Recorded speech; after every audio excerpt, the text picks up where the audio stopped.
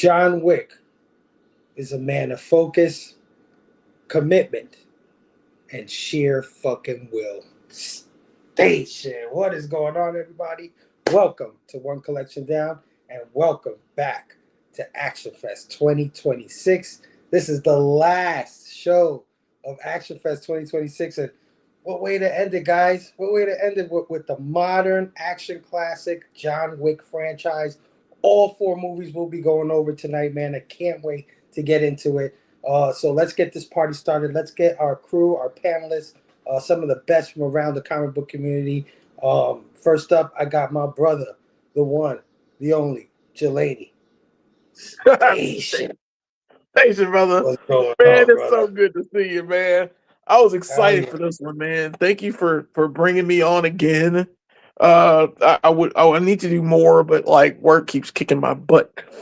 It is what it is, but I'm glad to be here to like see John Wick kick some butt a lot. Yeah. So bro. I'm very excited. Always happy to have you, bro. I can't, anytime you're on, it's going to be a lot of fun. So thanks for joining me tonight. Yeah, absolutely, dude. All right, let's bring out our next panelist, man. My brother, who joined us for the first time, Actionfest this year, man. He's did a kick-ass job too, man. His movies were awesome. His reviews were great. I'm talking about my brother Chad, Metal Elf Collectibles Station. What's up, guys? Thank you for the kind words, Fable. Appreciate it. Yeah, man. Absolutely. Glad you could be here tonight for this crazy-ass fucking quadrilogy of movies that I just saw back to back. Oh, yeah. Oh, yeah, dude.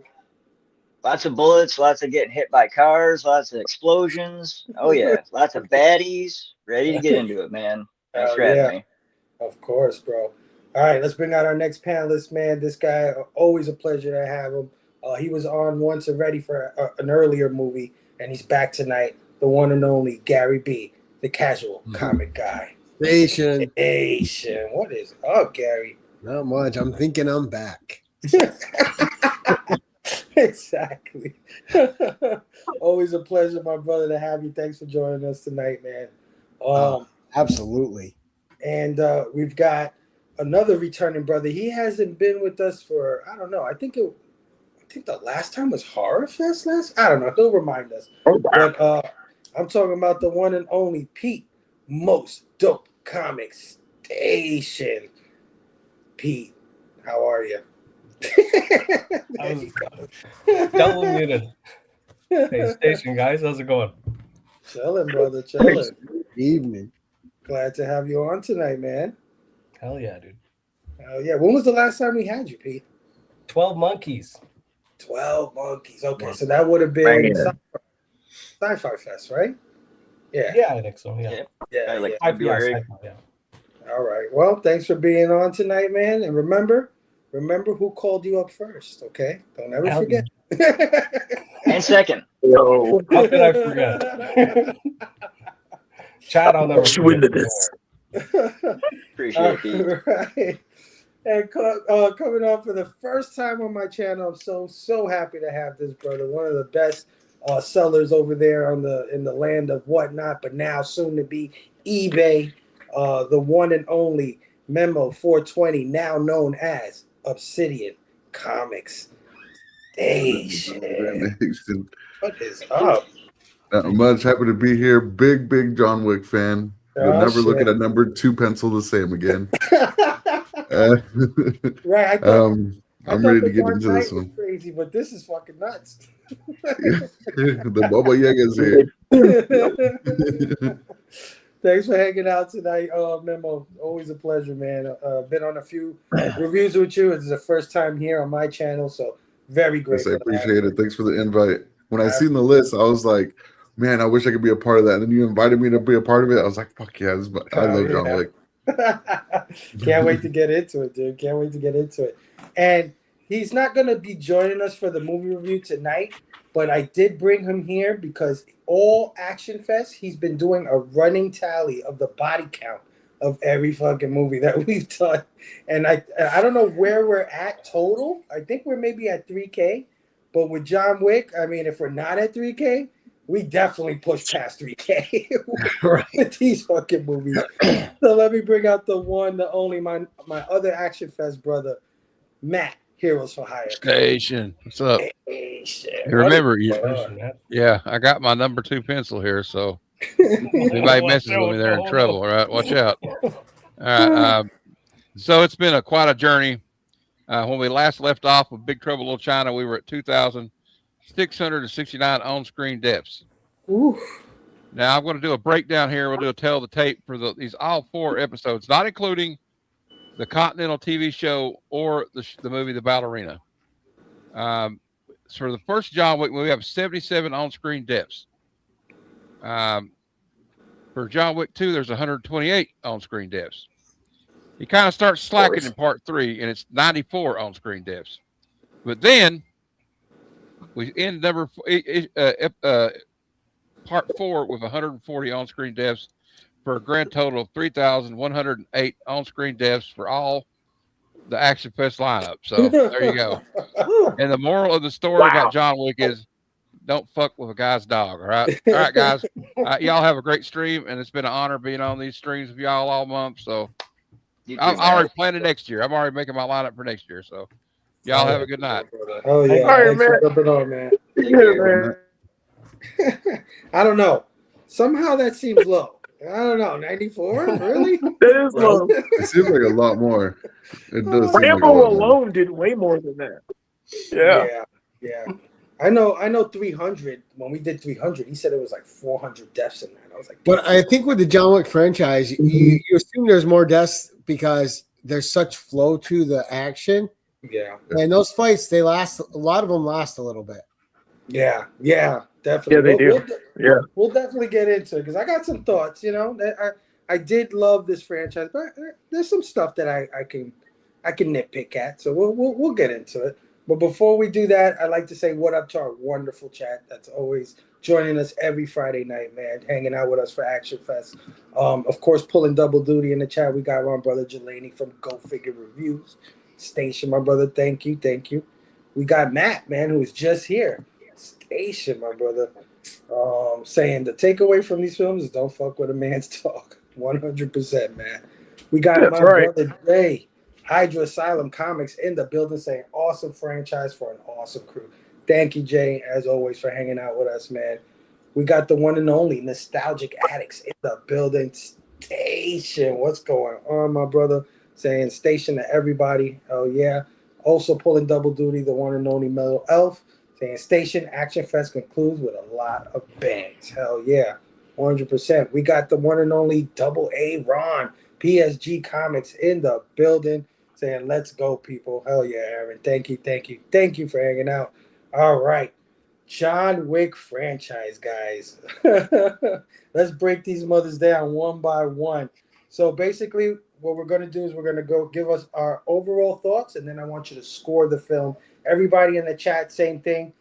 Give us your overall thoughts on each movie, and then if you can, give us a score, and we'll tally this up at the end and see what it looks like as far as like averages for the whole franchise. Now, me personally, I've never seen these movies. This is a first-time watch for me, man. I was like, Crazy, dude. It's kind of hard to believe. I know. Mind blowing. I know. Because, like, how did you not see this in the theater, dude? It was dude, when it Yeah, came out, exactly. Ever. when it came out, I always Holy wanted crap, to see Bible. it. It must have been some shit in my life going on. I don't know. I just missed it. I remember the commercials clearly, like that part where he says, "They keep asking me if I'm back." Well, yeah, I guess I'm back. I remember that like all the time playing, and I was like, "Damn, I gotta go see this movie," and it just passed me by. And then before I can get to it, part 2 comes out. And I was like, fuck, I got to watch part 1 before I can see this one. Missed part 2 somehow, and then that shit just kept happening. Part 3 came out, missed it. Part 4 came out, missed it. I'm like, oh, man, I'm fucked. But you know For what? shame. Action Fest is here to save the day. I was like, this is my opportunity. This is my chance. I don't think we've done John Wick. Did you guys do John Wick over there on Pop Culture, Jelani? I think we did John Wick, the first one, a while back. But I've got to remember myself. Yeah, it's been a while. but we got to do it again for the new era. Yeah. It's always a. So yeah, we'll get back to this. We'll get back to it. We got the creator of Action Fest in the building saying happy Action Fest, everyone. Thanks for making this the best Action Fest ever. And he says that he did do the trilogy when it was a trilogy. All right. All right. That was, yeah. Let's get into it, guys. John Wick, Chapter 1, directed by Chad Stahelski and written by Derek Kolstad. Now, Chad Stahelski and Derek Kolstad will go on to write and direct all 3 films, except Derek Kolstad did not write the 4th film. So he wrote the first 3, and then the 4th was written by other guys. But of course, based on the universe. Yeah. But Chad Stahelski, he directed all 4 films. And Chapter 1 was released to theaters October 24, 2014. It had a budget of $20 to $30 million and a box office of $86 million. So this was a big hit, especially when you compare it to its budget. Of course, we got Keanu Reeves as John Wick. We've got Lance Reddick as the hotel manager. And we got, not the hotel manager, the concierge, my bad. And we got Ian McShane. Yeah, Ian McShane as the owner of the Continental. Now, all 3 of these actors will return for all 4 movies. They're the constant. But we had some cool little actors in here. First off, we had William Dafoe, who I was not expecting to be in this film. I was like, holy shit, William Dafoe's in this thing? Hell yeah, dude. John Leguizamo in this thing. I was like, hell yeah, I love John Leguizamo. We also have Alfie Allen, who plays Vigo's son, right? That sniping little fucking bastard that started all of this bullshit. He just had to have John Wick's car, right? He just had to have John Wick's car. The fuck? He started a whole mess. So many deaths, so many funerals because of this kid. So my overall thoughts so far, part 1. I got my notes here. I wrote down a couple of things. All right. So first thing I liked about this movie is that it starts out kind of grounded, kind of normal, right? So it's the story of a man who loses his wife. He's kind of depressed about it, right? And it's just like a normal movie until he pulls into that gas station, and then they do a home invasion, and then this movie turns into a fucking video game. I don't know who made this, but I know who made it, but they must have been inspired by video games, because that's all I thought while watching the action of this movie. It's like, this shit reminds me of some sort of action video game, some sort of Doom or fucking Drake, Uncharted, some crazy shit. This crazy choreography. I love how they make John Wick into a boogeyman, right? I love this thought that he is the one that everyone else is scared of. Like, you mention his name and people are like, oh shit, you fucked up. Like, you killed whose dog? You killed whose car? I now have the brown pants. I absolutely love that. Because he's so unsuspecting, he's so unseeming, right? Doesn't seem like the devil, and he kind of is the fucking devil. Like, he's death, right? He comes for you, and you're done. Of course, some great choreography in this movie. Like, fantastic fighting, fantastic gun fu, shoot 'em ups, car chases, all that shit. This shit has everything. The only thing that I thought it was a little weird was, like, they had him at one point and they could have killed him, right? And this happens through the whole series, right? But in this movie in particular, if we take it out of context, we take it out of order, it's like they had him, he passed out, they put him in a room, and then the villain has to fucking monologue, right? And like, don't shoot him, but like put this plastic bag over his head and choke him for 3 minutes. Like, you had him. Also, the main villain, the Russian guy, he seems to like lose his mind towards the end of the film. I don't know. Like they're going to, he's trying to get to a helicopter or some shit like that, and John Wick is coming after them, and he's just like fucking laughing and giggling. Like That dude was so good in it, though. He was a great villain. No, he was, but I just thought it was like a weird show. Yeah. I'm like, this guy's just losing his fucking mind. But overall, I thought this movie was fantastic. A lot of people told me, "Oh, well, you're probably not. It won't probably live up to expectations because there was so much hype, right? Like so many people had told me, John Wick is awesome. John Wick is awesome." And I gotta tell you, it did live up to the hype. I thought it was fantastic. I think it is absolutely a modern classic just by itself. Forget 2, 3, 4. If you just take one by itself, I think it is a modern action classic. So I'm going to give John Wick Chapter 1 4.5 out of 5, man. It's not perfect, but I do really enjoy it. Jelani, what are your overall thoughts on John Wick Chapter 1? Well, that score was wrong because John Wick is fire. Fire, sir. Fire. I'm mad you didn't watch it. I'm mad you just watched it.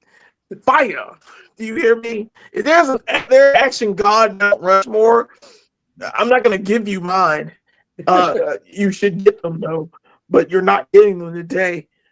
John Wick is on that Mount Rushmore. He's sitting right there beside Mel Gibson. They're like neck and neck because John Wick is like, he's a god. He's the god of death. And a puppy dog, a tiny puppy, the cutest puppy I've ever seen, was murdered just for funsies, for these fools to steal a car and kill that dog. For this all to start, it's so precious. It's the tiniest thing, but it makes so much sense because it's a story at first. You get the story of a man who just lost his wife, and she gives him the gift of this puppy as a parting gift to him. And it's like the last connection he has to his wife, to the life that he gave. He gave up a life to have this new life, and it's lost to him again. It's love and loss of this film that just like, it breaks your heart. Let me explain it like this. When I first saw The Matrix in 1999, I had no clue what I was watching. I watched the Thursday night show before it premiered. And it was a movie that I worked in a movie theater. We watched movies before they came out a lot. And we watched The Matrix. I had no clue I was watching. No clue. And then I saw it and my mind was blown. This movie I hated because this is the only John Wick movie I didn't watch in the theater. Because I don't know what was going on there at the time for me, but I didn't see it in the theater. I saw it later on DVD, and my mind was blown. It was so good. It's too much action in one film to satisfy me. And like, this man went on a one-man rampage and tore through an entire like Russian mob just because a puppy died and a car was stolen. And it's and the boss of this movie, all you had to do, bro, is let it go. Be like, I understand. Oh. I'm sorry. Here's my shitty son. Kill him. He needs to go anyway. I can make more. Like, life goes on. Bob Yeager. I'll fix your car. I'll bring your car back. I'll do whatever we need to do. Are we cool? That's what I would have done. But no, you had to like up the ante and get Willem Dafoe involved and all these other people. And Willem Dafoe's his friend, and what are you doing? What are you doing? So it's such a great film to me. I'm sorry. Your score is wrong, Fable. Don't feel bad. It is a 5. This movie is a solid 5. There's no going around it. This is a modern American classic. How dare you smirch it with a 4.5? It's okay, Fable. I forgive you. You're my friend, and I forgive you. You're my brother, and I love you. But 5 is the only way to go with this film. Station. Oh yeah, dude. Oh yeah. I mean, I feel you. I do. But I watched a little I movie. understand. I watched a little movie earlier in Action Fest that kind of hit me a Called little harder. Expendables. No, definitely not that fucking movie. But I saw Nobody, There too. and I think Nobody is a little deeper. I think nobody's better than John Wick. Nobody Nobody- does. You know, I John, can see you that. know, Nobody is nobody really good, dude. is a Nobody's parody really good. of John Wick, right? No, well, I mean, it that has the doesn't same He's a exist sort of parody of John action. Wick. It has the same sort It's of the action. same thing. Yeah, no, for sure. And if I was just to judge Get out. it on the action, it would be a 5. But as far as like the story being told, Get I out. thought Nobody hit me a little deeper than John Wick. But that's okay. Baba I Yaga understand. could kill nobody's ass. Nobody wouldn't even exist. Not at all without John Bob, man. That's bullshit, Kill everybody. Jelani, that's bullshit. 'Cause Yeah. if you ever seen Wanted, this takes a lot from Wanted. Don't tell me it doesn't.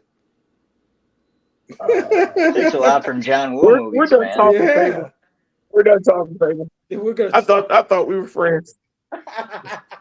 Hey man, listen, if I had seen it earlier when it came out, I might be in agreement. And it has room to grow. I do really enjoy it. Boo. Oh, but Just like Chad, what you say, boo. what are your overall thoughts on John Wick Chapter 1? You said me? Yeah. Okay. First off, these movies are definitely on the website called Does My Dog Die? Or Does the Dog Die? So there's a website out there that people can go to like check if there's animal deaths in the movies. And there's a lot of animal abuse in these. I'm sure they're on that list. But Fable, don't feel too bad. Yes. I didn't watch these movies until after 4 came out. Oh, okay. I had heard a lot of hype Wow. and just never checked it out. I'm not a big Keanu Reeves fan, to be honest with you. He's really hit or miss for me, and the majority of it is a miss, like laughable miss. No. Wow. Chad, Oh, you're supposed to dude, say watch hot Brahms. take before Okay. you say something like that. That's strong. Oh shit, He's not the strongest actor, man. Like, Jelani, maybe we might have to action, fight You over don't, that. you don't get him because he's a good actor. You get him because he's Keanu Reeves. So, I like Keanu okay, Reeves. so but I'm Chad, talking what do you think about performance-wise. real quick, Chad? What do we think about Bill and Ted's Excellent Adventure, sir?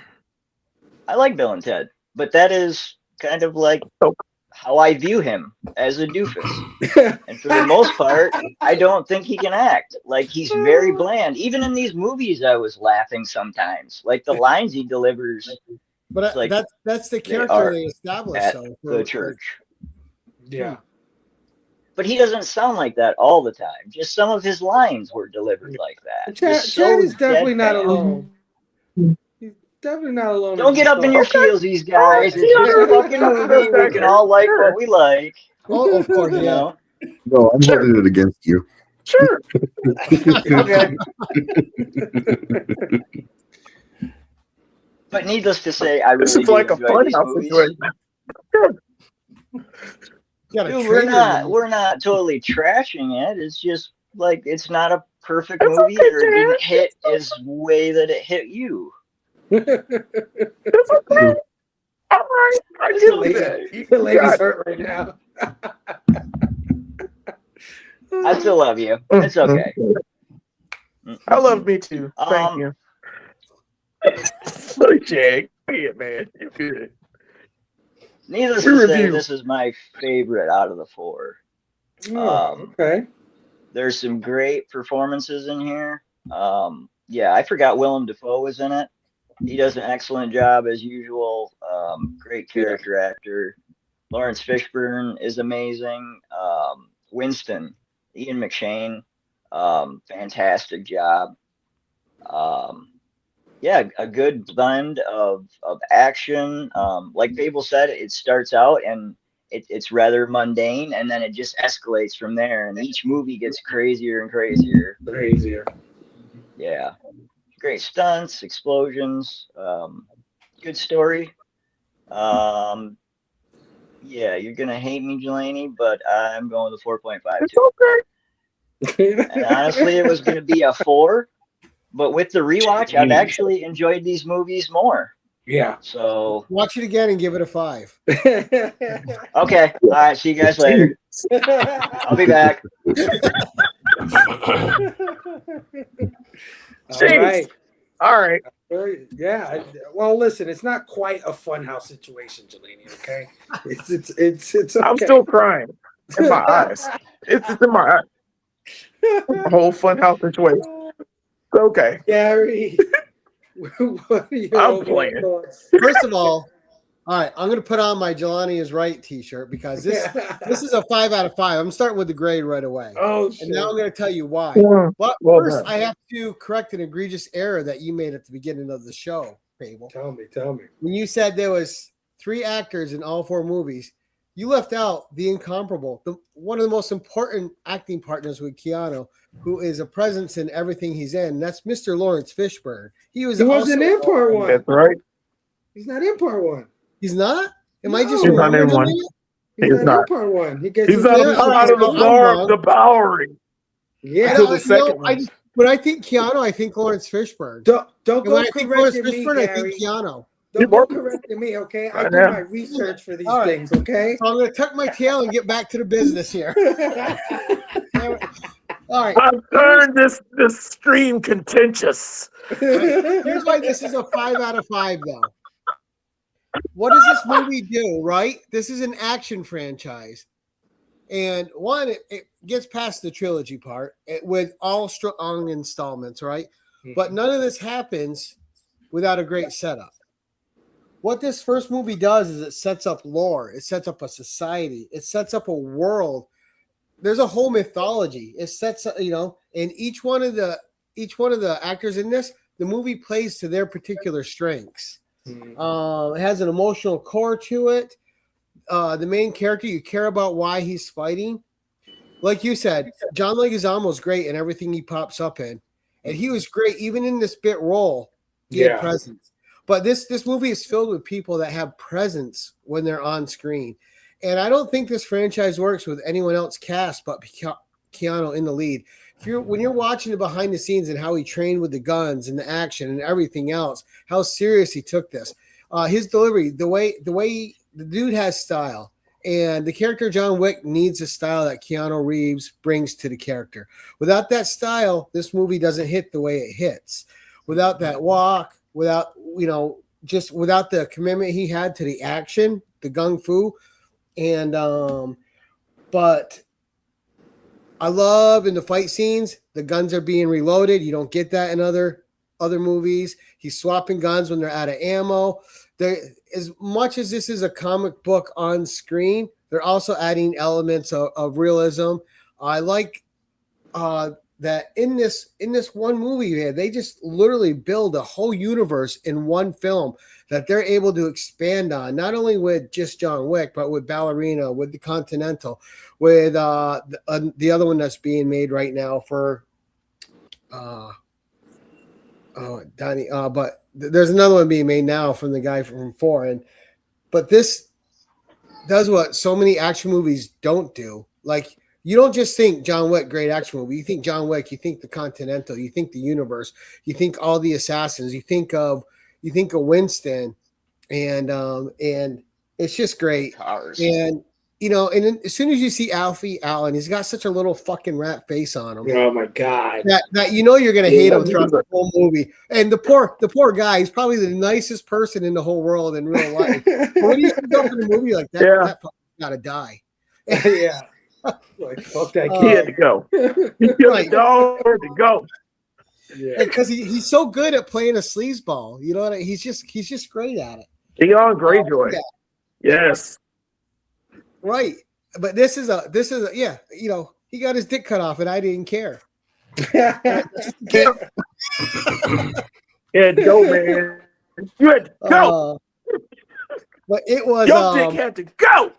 Right. But it was definitely a 5 out of 5 for me because what other action movie can you name besides probably The Matrix, also a Keanu movie, right?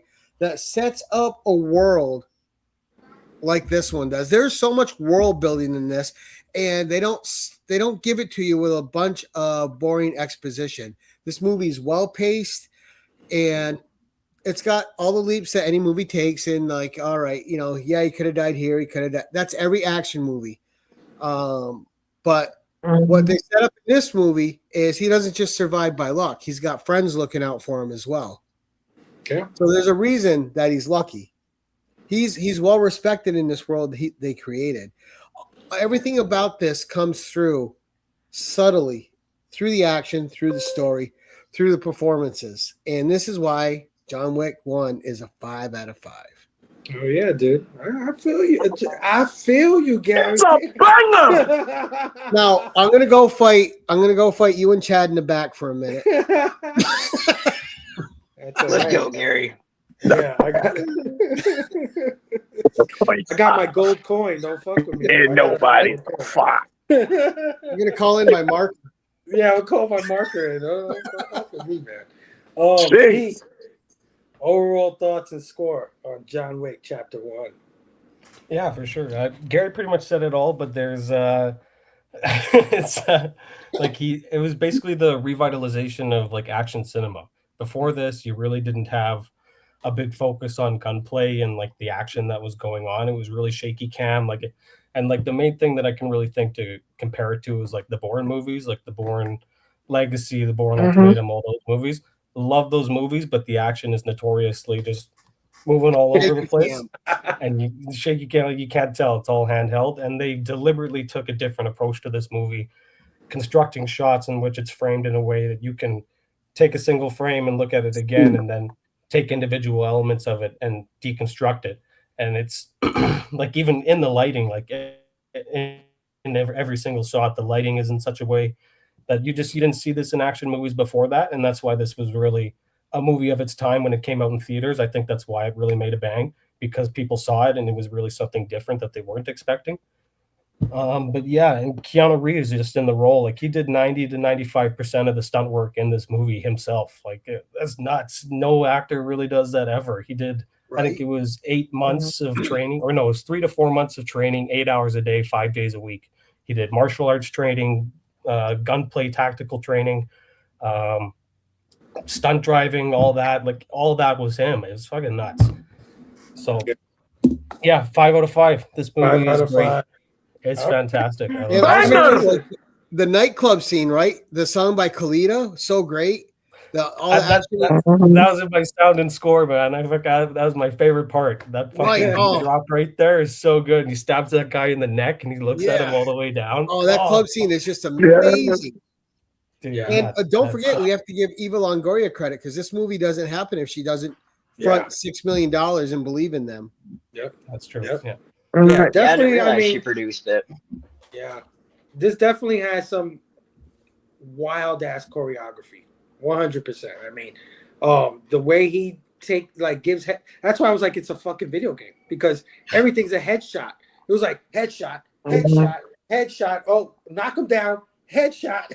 And it's funny that you say that, Fable, because like they're trying to make a video game of this, but like test players are just like, it doesn't feel like the movie, because the movie's just so good. It's so punchy. It's so nice. I felt like there should be like points or like a coin sound, like bling. Yeah, a little.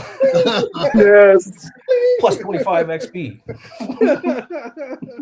Oh man! Yes. Right, 5. I feel you. I hear you, man. I hear you. 4.5 is solid, guys. Okay, it's solid. But let's go to my brother Mimo. Mimo's a big fan. Mimo, what did you think? Overall thoughts and score for John Wick Chapter 1.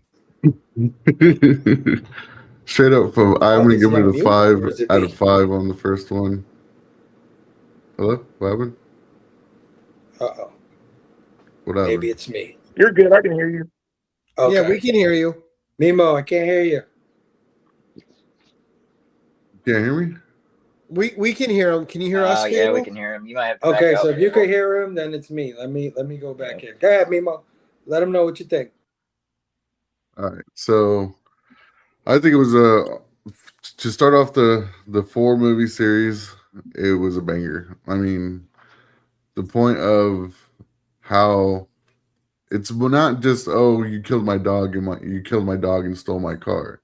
It's the sentimental attachment to that. Yes. You know what I mean? Mm-hmm. It's the attachment to where his wife left him the dog so he can have a companion while she's not there no more. And that car was a gift for his birthday from her. Yep. So all attached to his wife. I mean, if I was an assassin and someone did that shit to me, I'm going for revenge. You know what I mean? Just the way they did all the choreography on how they shot the scenes where he's coming around the corner and the camera's coming with him, like at gunpoint and stuff like that. I think that overall was just badass. And then knowing just this, for it being the first movie, like it opened up so much more. Like everybody says, like Gary and Pete said, like it opened up so much more to these future movies, to where it left me wanting more. And like I was like, man, that was it. There's not going to be a number 2. But then there was 2, 3, and 4. But I really liked the fight scenes. The fight scenes were awesome. The choreography was good. Like he really did good on training on doing all that with the guns, the gun training he had, and knowing how many bullets he has in his clip, taking them, you know what I mean? And he's actually confirming his kill, because that's what you're supposed to do in real life. You know what I mean? Yep. And Double, like situations like that. Yeah. Double tap to the head. Here, all right, he's done. Move on to the next, you know? And it was just a very good tactical, like kind of like realism movie. So I really liked it. I mean, I'm a big John Wick fan, so I'm gonna give it a 5 out of 5 on the first one. All right, 5 out of 5. We fucked Good it up, job. Chad. We fucked this shit up. Banger! I'll get real, man. Banger!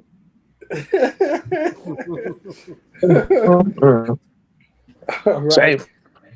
All right. So, all right. Look, hey, solid.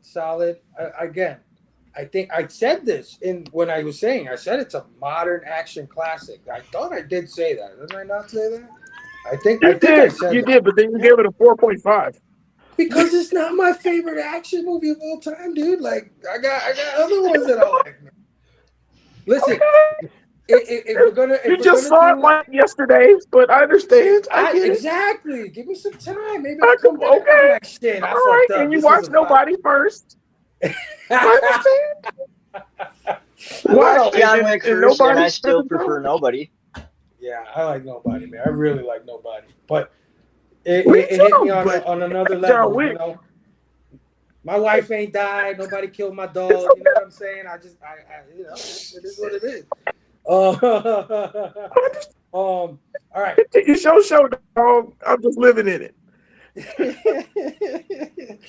John Wick Chapter 2, also directed by Chad Stahelski, written by Derek Kolstad once again. This one released February 10th, 2017. So 3 years later, it had a budget of $40 million.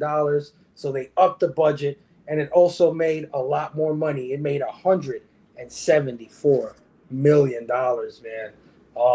So this was even a bigger hit than part 1. And they added a few more people to the fray, like Lawrence Fishburne. Gary Lawrence Fishburne appears in this movie for the first time as the Bowery King. All hail the king! I already forgot about it. I So thanks for deserve that reminding me. favor. I'll take it. I deserve it. But we also add Common, man. Common, the rapper's in this one. I think he's really good in this movie. We got Ruby Rose, who I absolutely hated in this movie. I was like, kill that bitch. Kill that. Oh, she was good in this movie, though. Ruby Rose is in here.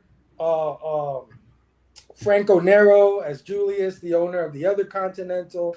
And we have the bad guy, Ricardo Scamarcio, who I don't think I've ever seen in anything else, but and Claudia Girini as his sister.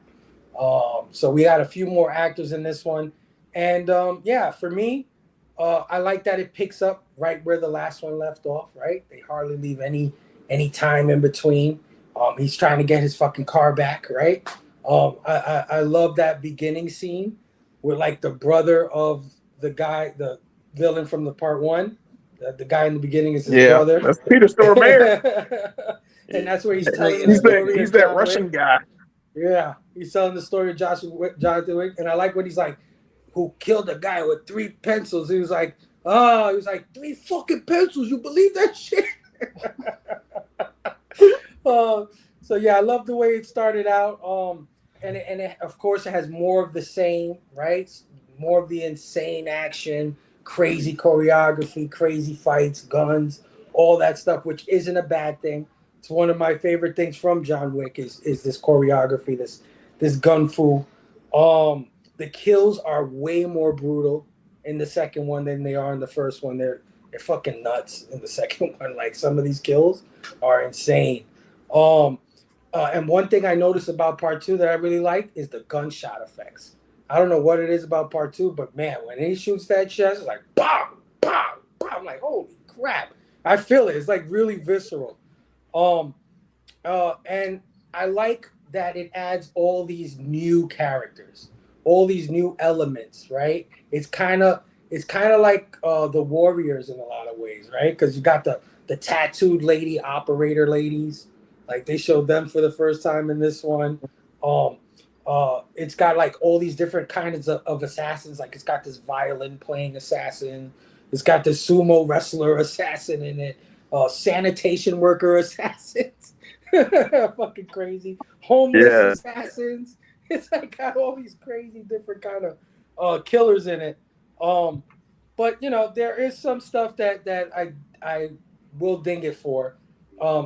I know you like Ruby Rose, Gary, but I hated her in this movie. I thought I wanted to see her die so fucking bad. Like somebody kill.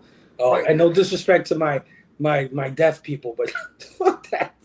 Deaf assassins should kill that bitch, man.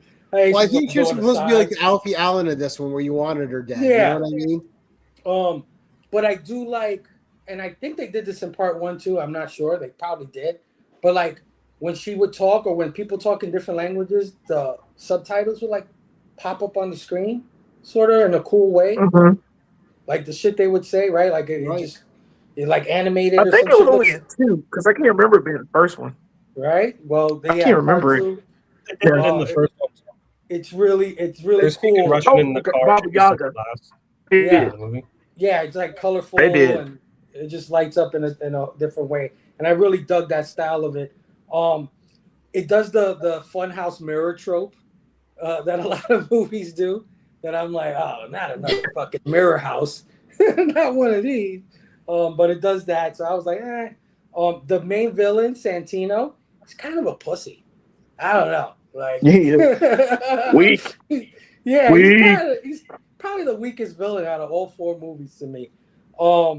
And another thing is that I kind of noticed is the green screen. Like they upped the green screen in this movie, and you could kind of see the CGI a little bit more. It's a little more apparent here, but it's not bad. It's a super little nitpick. I still enjoyed it.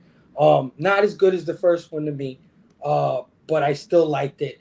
And even though it's not as good as the first one to me, I'm still gonna give it a 4.5. So I thought it was pretty good. More of the same. Which isn't bad. I liked it, and I especially liked how it ended, with him killing Santino or whatever, and then it's like, I'll give you an hour, you know what's gonna happen, and then the credits start rolling and you see him running. I'm like, oh, that's awesome, dude. That's how you end it. You know what I'm saying? So yeah, that's what I think. That's my score. Jelani, what's your overall thoughts on chapter 2? Chapter 2 is a mixed bag for me. This is the first one I saw in the theater.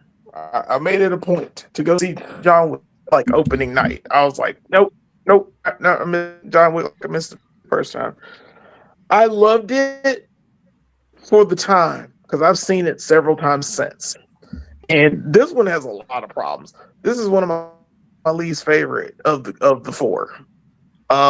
Just because it does set up the lore, yes, but it is the villain is so weak. Something about Santino, I don't care. Like, he just went through all this crap. This guy shows up. I need you to kill my sister. I'm not killing your sister, dog. Sorry, no. And he blows up his house. I'm like, bruh, the fuck? you can just kill him now. You can kill him. Send me an email, He just dude. submitted all his shit in the ground. He's dead. You can kill him now. You know? So, like, I didn't like that. I agree with you, Fable. I hate Ruby Rose. She is terrible. You know why she's mute in this movie? Do y'all know why she's mute in this movie? She had a speaking role. She had an actual speaking role. But she was such a bitch on set that they were like, nah, we're just going to cut all her lines. And she's just going to sign the rest of the movie. She's not even deaf in this movie because of choice. They do it because they have to shut her the fuck up. I thought they were trying to be cute. Don't feel bad. Don't feel bad. She's an awful person. I think personally she's an awful person. Orange is the New Black is when I saw her and I was like, she was Bucky naked, and I was like, you all right. I get you. Maybe. And then I saw it again and I was like, oh, you're ugly. Get away from me. She has an Archer tattoo. Oh, I love Archer. You ruined it by putting a tattoo of him on your body. Oh, she's awful. She's an awful human. I can't stand her. She did Batwoman. That was shit. Sorry. Not all those aside, all those things aside, it's a weak. She dies great because her fight scenes are so weak. Like Keanu Reeves didn't want to fight with her long enough. Like there was supposed to be an interaction with her at the Continental, but they just had to do the shit. It's not sign language, so don't get mad at me, sign people. She wasn't doing sign language. I don't know what the fuck she was doing, but it's so bad. Like, and I love how the lore continues when of course Santino is killed in them. And it like makes him on the run, and like now the table's after him, and now we get more suspense, and it's another layer to it. It starts off, but it's still for me a kind of a weak movie. I like Common. I like Common's fight with him. Love how they get to the Continental and he puts his hand on the step, and that's all that was necessary for him to be like, "You're on Continental grounds. You can't be killing people." Would you like a drink? God, I love Lance Reddick. I keep forgetting to mention Lance Reddick. Lance Reddick in all these two movies so far is kick ass. That is one of my favorite performances. He is so stellar. He keeps that same energy. It is so clean. But like I said, this movie, I like the action in this film, but once again, I think it's one of the weaker films.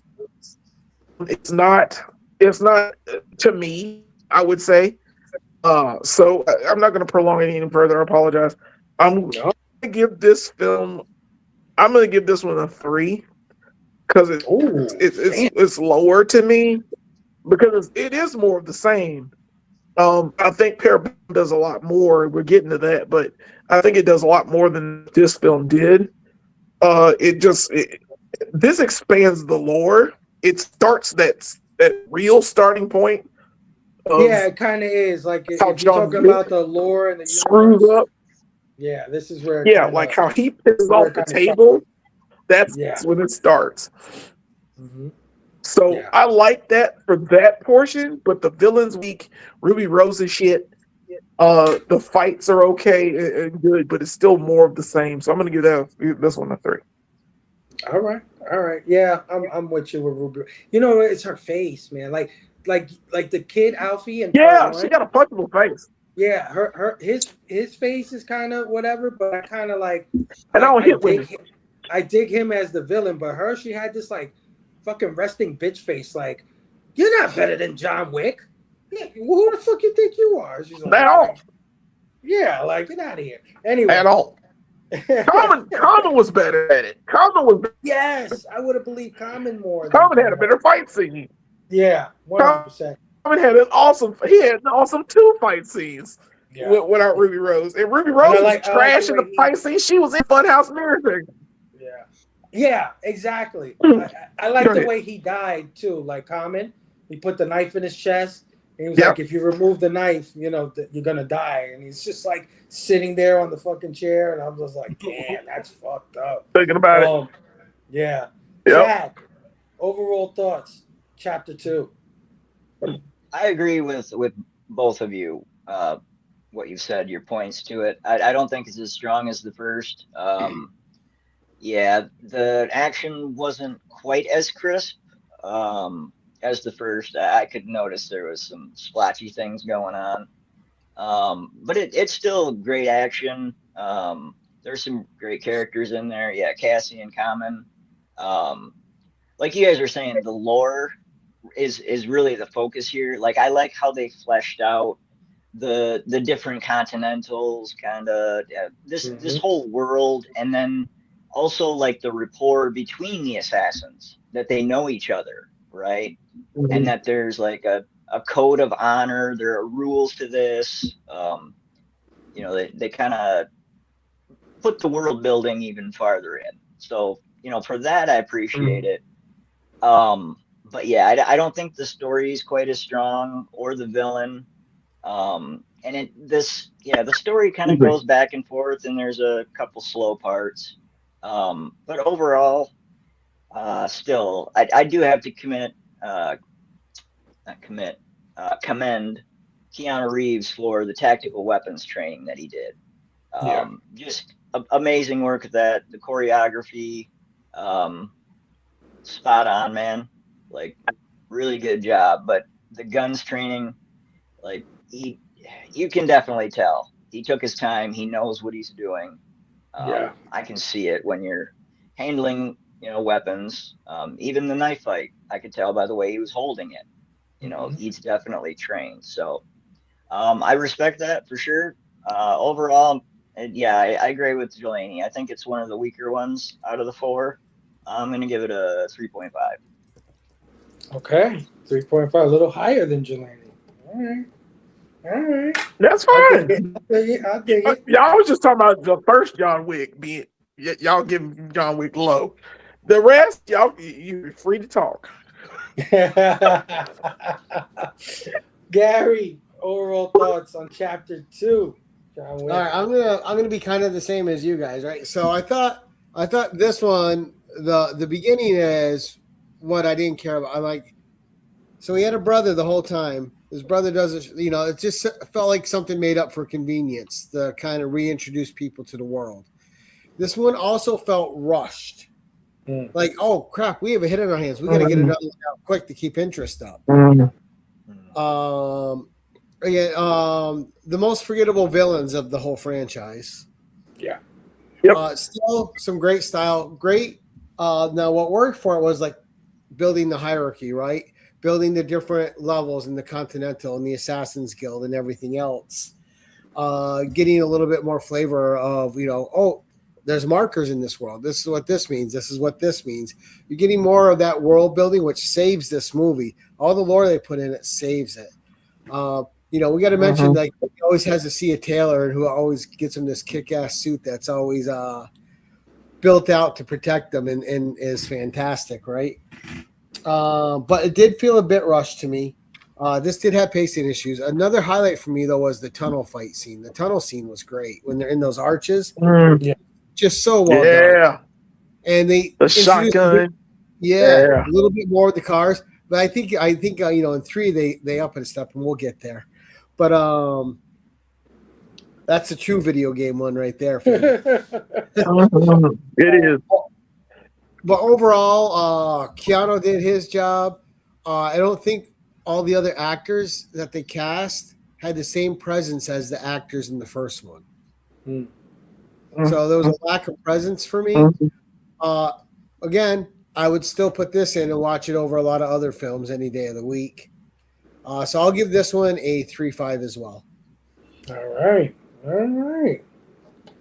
You know, every time Keanu Reeves fucking did a fireman carry or a fucking arm drag or something like that, I was like, this guy is almost 60 years old. This is fucking crazy. Right. Yeah. And getting it. Yeah. He did do a bunch of fireman carries. Did you guys ever watch that documentary about all of it? No. Oh, okay. No, I'll I've get got to it. I'm gonna watch it soon. Yeah, I got it. All Oh right, yeah, it's called what? 3.5. Wick is Pain, I think. Yes. Yeah. Yeah. All right, 3.5 from Gary. Pete, what are you giving chapter 2? Yeah, it was more the same, but I mean, I came to watch a John Wick movie. I knew what I was gonna get, so I wasn't too disappointed. But yeah, is the like you guys said, the villain was pretty weak. Like his retaliatory things, you know, blow up your house with this grenade launcher because you said no. Like I said, like you could have sent him an email. Probably had another talk. I know everybody's Better so solution. dramatic in this fucking. Yeah, like it's a movie. Like, what the hell are they doing? And it's Blow up his house. He just withdraw that crap. Yeah. yeah, and this is the movie where they really start to dive into the mythology and the lore of it all. And it's nice, but it almost feels like they shove it down your throat. Like you said, Gary, it's really rushed, and it feels like some of this could have been introduced in the first one, but they didn't know that they were going to have a hit on their hands right off the bat. So Right. I do appreciate them for the fact that they did include all of this lore so that they could expand on it later, but it did feel a little bit rushed.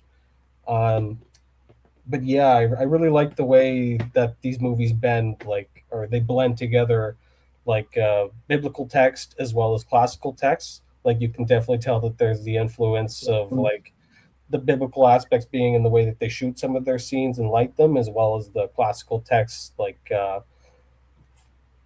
Charon, the concierge, like you have to give him a cold coin in order to get safe passage. Like I'm sure a lot of you have heard this before, but you give Charon the coin and then he'll give you passage. Care on the coins.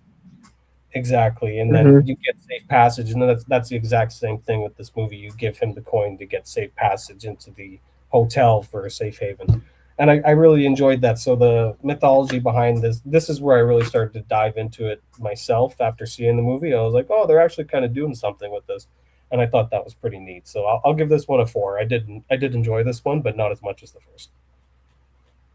Yeah, I mean, for me too. That's why I gave it a high score, because I think a lot of the mythology is born here. I think a lot of the characters in this universe are kind of born here. The High Table, all the operator people. I don't know what they call them. Like, that call out all the hits and shit, and just having all these weird stretch ass assassins in this movie. I called them the Sailor Jerry girls. Exactly. Mimo, what's your overall thoughts on chapter 2? Second one, it goes like every other sequel to a movie. It's never as great as the first one. I'm gonna give it between a 4 and a 4.5. I'm gonna go with the 4 out of 5. Okay. On this one, due to the fact that it really was rushed. You can tell that they put it together really quick. When someone goes, "Oh, well, have you seen John Wick 2?" The only thing that I think of is him fighting Common and him killing the dude in the end and fucking up the Continental rules. That's all I think of. Right. It's the only thing I get out of the whole movie. And you're right. Yeah, and then I mean the fight scenes were good and stuff like that, but it was just really rushed. I mean, they could have took a little bit of time to like explain a little bit more things about how like the passageway of like the golden coin and more of like I don't know. It's that part where that got me really interested of like what's behind all this gold was when he's sitting out on the patio and that guy's like checking out a new coin. So they have their own gold coin maker. So I'm like, oh shit. So like this is like going back to like I don't even know how far back.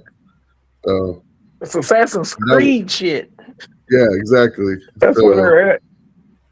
So that's where I'm at with that movie. So I give it a 4. Yeah, 4. 4? Okay. Yeah. I gave it the highest score. Jelani, come on, man. Give me a break, okay? You just shat all over John Wick. That's all I'm saying. The first movie is a banger. All right. Anything less than a 5 would be uncivilized. All right, chapter 3, fellas, man. Parabellum. This is the only one that has a fucking like subtitle. The other ones don't have anything. They're just called chapter whatever. This one has chapter 3 is called Parabellum. Again, directed by Chad Stahelski, written again by Derek Kolstad, and released May 17th, 2019. It had a budget of $75 million, so they upped the budget even more. But this one was a major hit. $328 million at the box office. And again, we continue adding these actors that you may not expect in these movies, but you got Halle Berry comes into this movie, which I was like, oh shit, Halle Berry's in this thing. Holy crap. Halle Berry. She can get it, right? And the one that the weirdest yes, all day. Yes. Angelica Houston. I was like, Angelica Houston's in this movie. Yeah. What the fuck is going on here? But yeah, you also got Mark Dacascos, who you may know from, I think, Only the Strong is the movie he's been in. He's like this real famous B-movie martial arts actor. He plays a character in this one called Zero. Yeah, he was the Crow in the TV series too. Yes. That was good. Underrated. And then you have Asia Kate Dillon as the adjudicator. And here's another character that I'm just like, God damn it, I want to kill this bitch. I want this bitch to die. Yeah. Another shit-eating grin, another shit-eating face. And I'm just like, oh. And then this one's worse because she doesn't die. She doesn't die. Nobody kills her in this one. What do you see her again? Yeah. And this one's called Parabellum, but they should have called it Animal Bellum because fucking horses have this wild ass weird stretch fights with horses where he's actually using the horse to fight people, like smacking the horse in the ass. This shit is kicking people. The fucking dogs, Halle Berry's dogs, which are like canines from hell. I don't know where she gets these damn dogs from. But yeah, they're a big part of this movie. But to be honest with you guys, I know that part 2 was a down for you, but this one is a down for me. This is where things kind of fall apart for me. This is where like the fights are like a little too long, where it's just about the fights, right? Like they'll go 10 minutes into this battle sometimes, and it's just like, come on, let's go. I've seen this fireman carry already. I've seen this shot to the face already. Like they do the same kind of shit. The CG's even more egregious in this one, especially when he's on the horseback, right? Like when they're doing that whole thing and he's riding under the train and shit. It kind of looks kind of goofy. And it just feels like it's a little bit more style over substance. Like they focus more on the backgrounds, focus more on the set pieces, focus more on that. And I didn't like that John lost a finger. That shit pissed me off. He goes to get his freedom or whatever to get everybody to stop trying to kill him. He has to lose a finger for this. And then he like reverses his decision, like once he gets back to New York. And then the guy he does it for tries to kill him and betrays him. I'm like, this is kind of fucking stupid. Like this is, I don't know. It kind of lost me a little bit with all of that shit. And the thing that I didn't like the most was that John loses his boogeyman status in a lot of ways, right? Like the first movie, I really dug him. The first movie gave me the vibe like he's Bruce Wayne, right?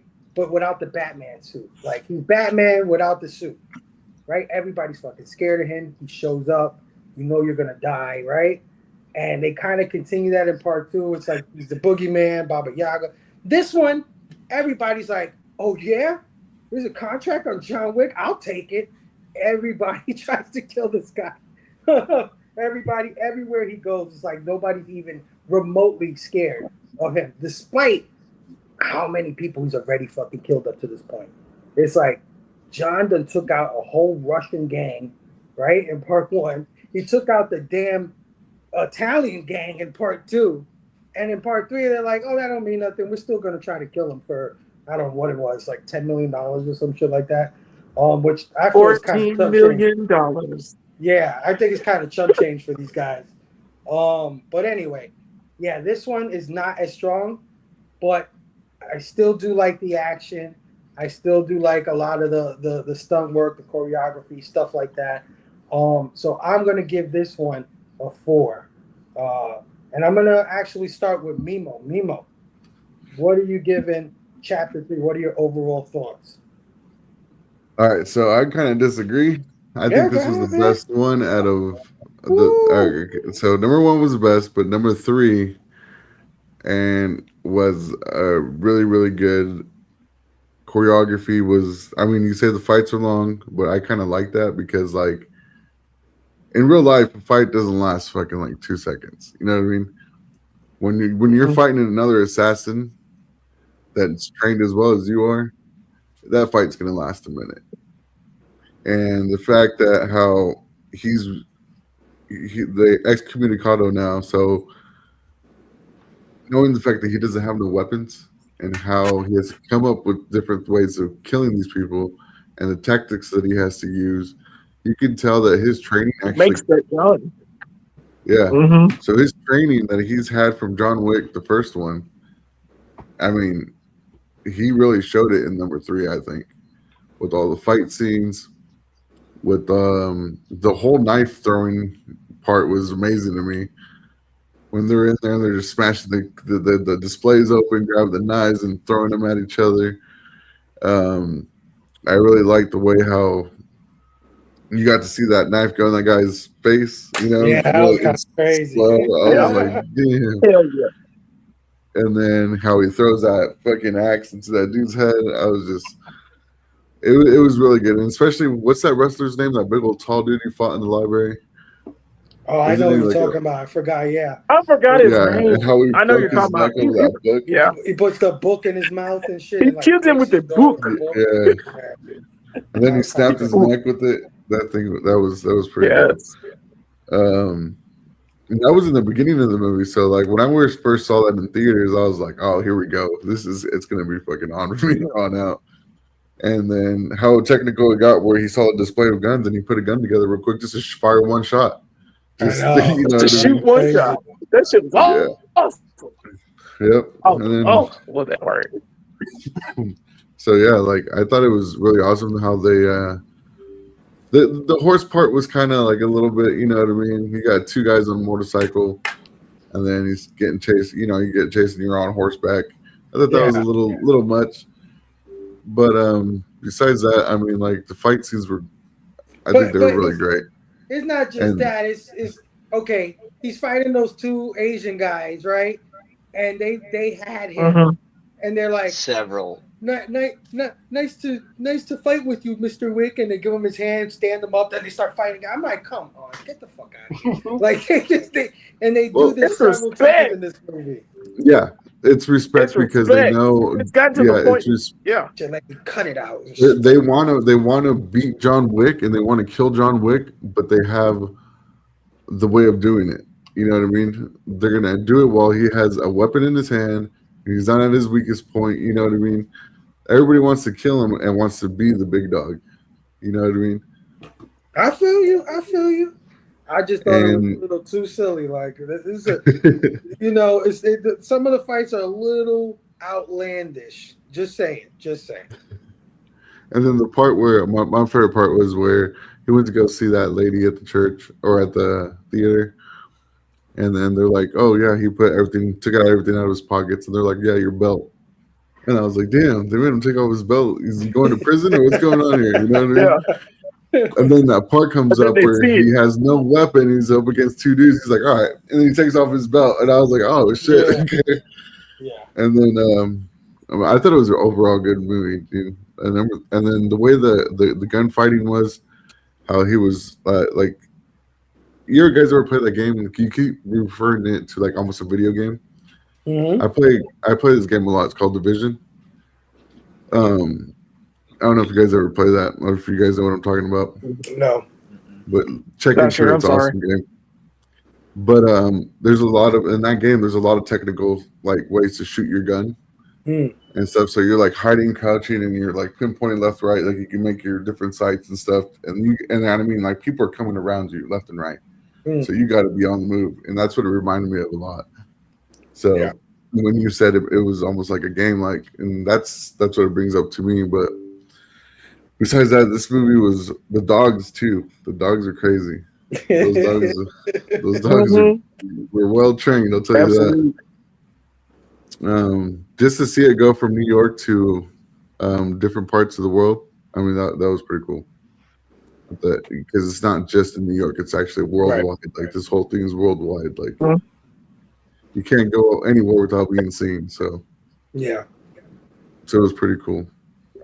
Especially like the homeless too. I'm sorry, I'm rambling on about number three. No, dude, go ahead, No, dude. Yeah, like get it you out, would man. expect like the homeless guy, you know, sitting there begging for chains to fucking have a gun in his jacket, ready, and also as an assassin. You know what I mean? That was pretty cool to me too. And just the way they had all the messaging going on, the contact with the pigeons and stuff like that. Like, it's no trace of nothing. It's all on paper. You know, just rip it up, burn it, throw it away, swallow it, whatever you want to do. Yeah. But yeah, overall, this one was I'll give it a 6 out of 5. All right. Good job. That was a lot. My bad. No, it's all good. The homeless dudes were in part 2 though. It's a continuation. Oh, yeah. Part 3. That's when they try brought to take him away from being the king. Yeah, that's that. But for sure. They're adjudicated. Mm-hmm. Yeah. All right. Cuts. I feel you. Pete, what are you giving? What's your overall thoughts on chapter 3? Yeah, definitely a memorable movie. I think it's most memorable because of the scenes that they construct. Like we get a horse and a motorcycle chase in this movie. Like not a car chase, like a motorcycle and a horse. That's nuts. Like you never hear that. But and like the set design, like I'm sorry, I forgot your name, Obsidian. What was your name? Memo.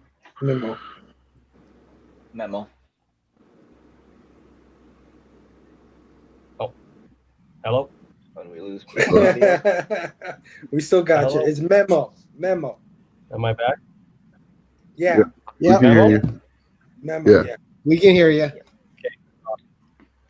Yeah, you mentioned the knife fight and the way that like the scenes are longer because it's two assassins like going against each other. Like bang on. Like that's exactly what I think they were going for with this movie, and they just like they wanted to up the ante from the last one and just keep ramping it up each movie. And then this one, I feel like it was just kind of ramped up to the right point, and then they just kind of went over the hill a little bit. And like there were points that I really, really loved, and then there were points like Fable said when they kicked him down, and they had him, and they were like, "Come on, buddy, get back up! Time to kick our ass!" And it's like.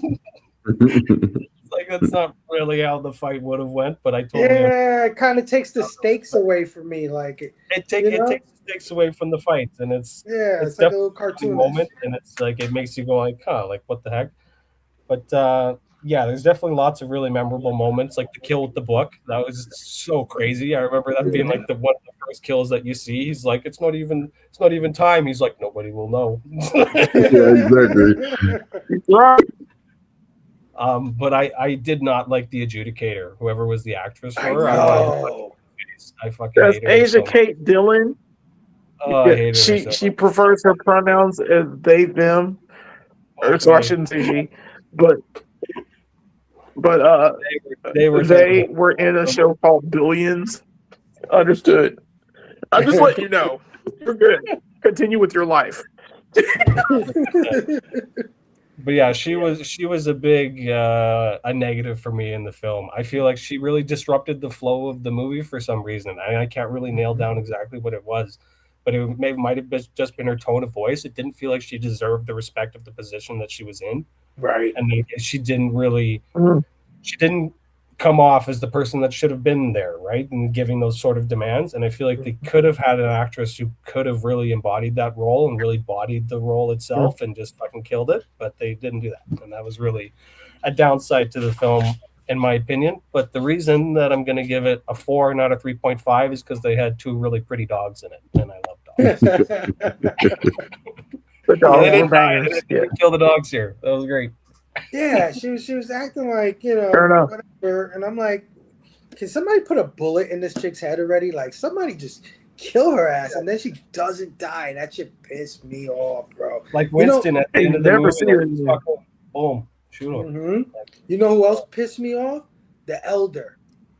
The guy who was the elder, the guy in the desert and shit. It's like, he's like, the elder will find you. Just keep walking in the desert, like, and then walk some more and shit. And he actually does it. The elder does find him. And it's just like this regular dude, man. It's like, and this dude, how are you called the elder? And you look younger than John Wick. Like, I don't know. I did not like that at all. Then he cut off his finger and shit. He's the head of the table. I know they must have been pissed off about that. Like, maybe we shouldn't have did that. Because now they had to make sure that every frame they were like had to take his finger off with CG. And I don't know how much that shit cost. But they had to go through lengths to do that. It's just a bad decision. But anyway, 4 from my man Pete. Gary, what are your overall thoughts and score on chapter 3? I really like chapter 3. I thought it was a great uptick after chapter 2. Okay. You got, I had it here, but you had Halle Berry. You can't beat that. She fit right into the world. It was great. You had plus the dogs. You have a great motorcycle scene. The horse scene I liked. I thought when the horse kicked that guy in the face, that was just great. It was just awesome. But I really liked it. Again, it kept exploring the lore.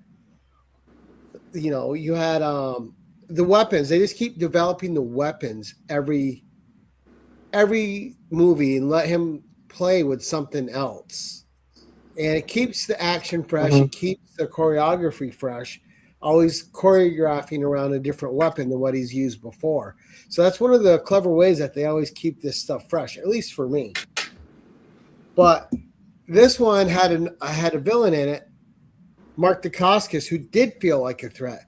But what I liked about him is he wasn't a cartoon villain. This is a guy that's in awe of this other guy, and he can't wait to test his mettle against him and see how he stacks up. Now, assassins are assassins. They may be afraid of John Wick or they may respect him, but if you're throwing money at him, they're going to try to kill him. And not just for the money. Yep. If you're the person that takes out John Wick, that makes your name in the assassin world. I feel you. I get that. Yep. But John Wick seems like the kind of person that makes other assassins second guess their fucking contracts. Like, who you want me to kill? Who? Like, does everybody have that? Like, Right. It was the same in the first two. She tried to take him out in one, and they shot her and killed her in the end. She wasn't scared of him. She went after him for the money. No, I get that. I get that. But that in part one, it was a thing, though. In part one, it was like, John Leguizamo was like, whose fucking car is that? Are you fucking crazy? The fucking kid's father is like, who did you fuck with? Like, what? And everybody was just like, whoa, like, you're messing with the devil himself. And he is the devil because he kills so many goddamn people. But I just felt like that was diluted a little bit. And it goes back to the part where he goes, I heard you slapped my son. He didn't give a shit after he heard, oh, yeah, because he stole John Wick's car. He was like, oh. All right. Yeah, you just understand. This movie too. This is where they got back to casting people with presence. Yeah. You have Halle Berry, right? And then you have Angelica Houston, who has instant. When you see Angelica Houston, you're like, oh, they have Angelica Houston. Yeah. So these characters and the finger thing, I thought was great shot value. I mean, all you gotta do is he's got to have something green on it, but that's it. They cover it up. But they had to do something that shows that there's consequences, even for John Wick, when you go against the rules of the establishment. John can't always just get away from everything without any kind of consequences. This showed consequences. Like, all right, he's been getting away with what he's been doing so far, but now he's starting to break the rules. He does have to do something for that. And I thought this movie was good because look, there's consequence. Yeah, you're John Wick. There's still a price you have to pay for what you're doing, for what you decided to do. Yeah, but then he fucking undercuts all that shit in part 4, and he kills the elder anyway. He's like, It's like, you killed me? What? Boom! Just shoots him in the middle of the desert. I'm like, That's different. Hold on. how is Yeah, that you different? jumping ahead. You're jumping ahead there, Hold Fable. on. The only reason you jumping ahead though, but at the same time, there's a reason for that. But that's because of this movie. Right. But See, I will I know you didn't see them. I know you didn't watch these movies, Fable. now. I sure did watch these movies. Now, for me, John I Wick know. 1 is a 5 out of 5, which I compare all the other movies to, right? Mhm. So this one is a 4.75, right next to the first one for me. Sir, we don't do 7.5s over here. Okay, no, I'm just playing. It's time to break the mold, isn't it? I'm just. You know you get problems when you ask me on, Faber. No, I'll put it 4.75. I got you. Almost perfect. Almost We perfect. do All right. 4.69. That's Right. He did let that slide last time, didn't he? Well, 69 is always. See, I feel like I'm just being invited super- over. Not as always used. Yes, it's welcome. It's welcome. All right. Chat. What are your overall thoughts on chapter 3 and your score? Yeah, 3 is definitely an uptick from 2. Like Gary's saying, the performances are better. I think some of the fights are a little bit better. The stakes seem higher, and the places they go to seem more deliberate, right? Like it seems to be fleshed out a little bit better than 2. I'm with you though. I definitely had some problems with, yeah, some of it seemed random, went on too long. The fight, like I definitely would have loved to see a longer fight with Zero. Like he was a phenomenal character in this movie. Like I loved him. But the two guys before him with the knives, like they stopped 3 different times and let him get up. Mm-hmm. And it just went on and on and on. And I'm like, when is someone gonna fucking die? Like, yeah, no, and let's throw him through every glass. And no, they don't die in this place. Yep. It's like, no, he's like, I'll see you later. Be seeing you. Yep, they don't die. Every goddamn glass display in there for like, it was like a bit almost like, boop, one glass display, boop, the next one, boop, boop, and I'm like, oh my god, like, dude. If you go through that many glass displays, you're fucking finished, bro. Like, yeah. Or just shoot through the glass. There must like be it was like a game. Record for trying to break the glass record for most glass displays. Yes. Oh yeah. But even that like became a trope. I don't know if they kept that room because the ending they used it in every one, right? It was glass with neon and shit in the cases. Yeah. Like, over and over again.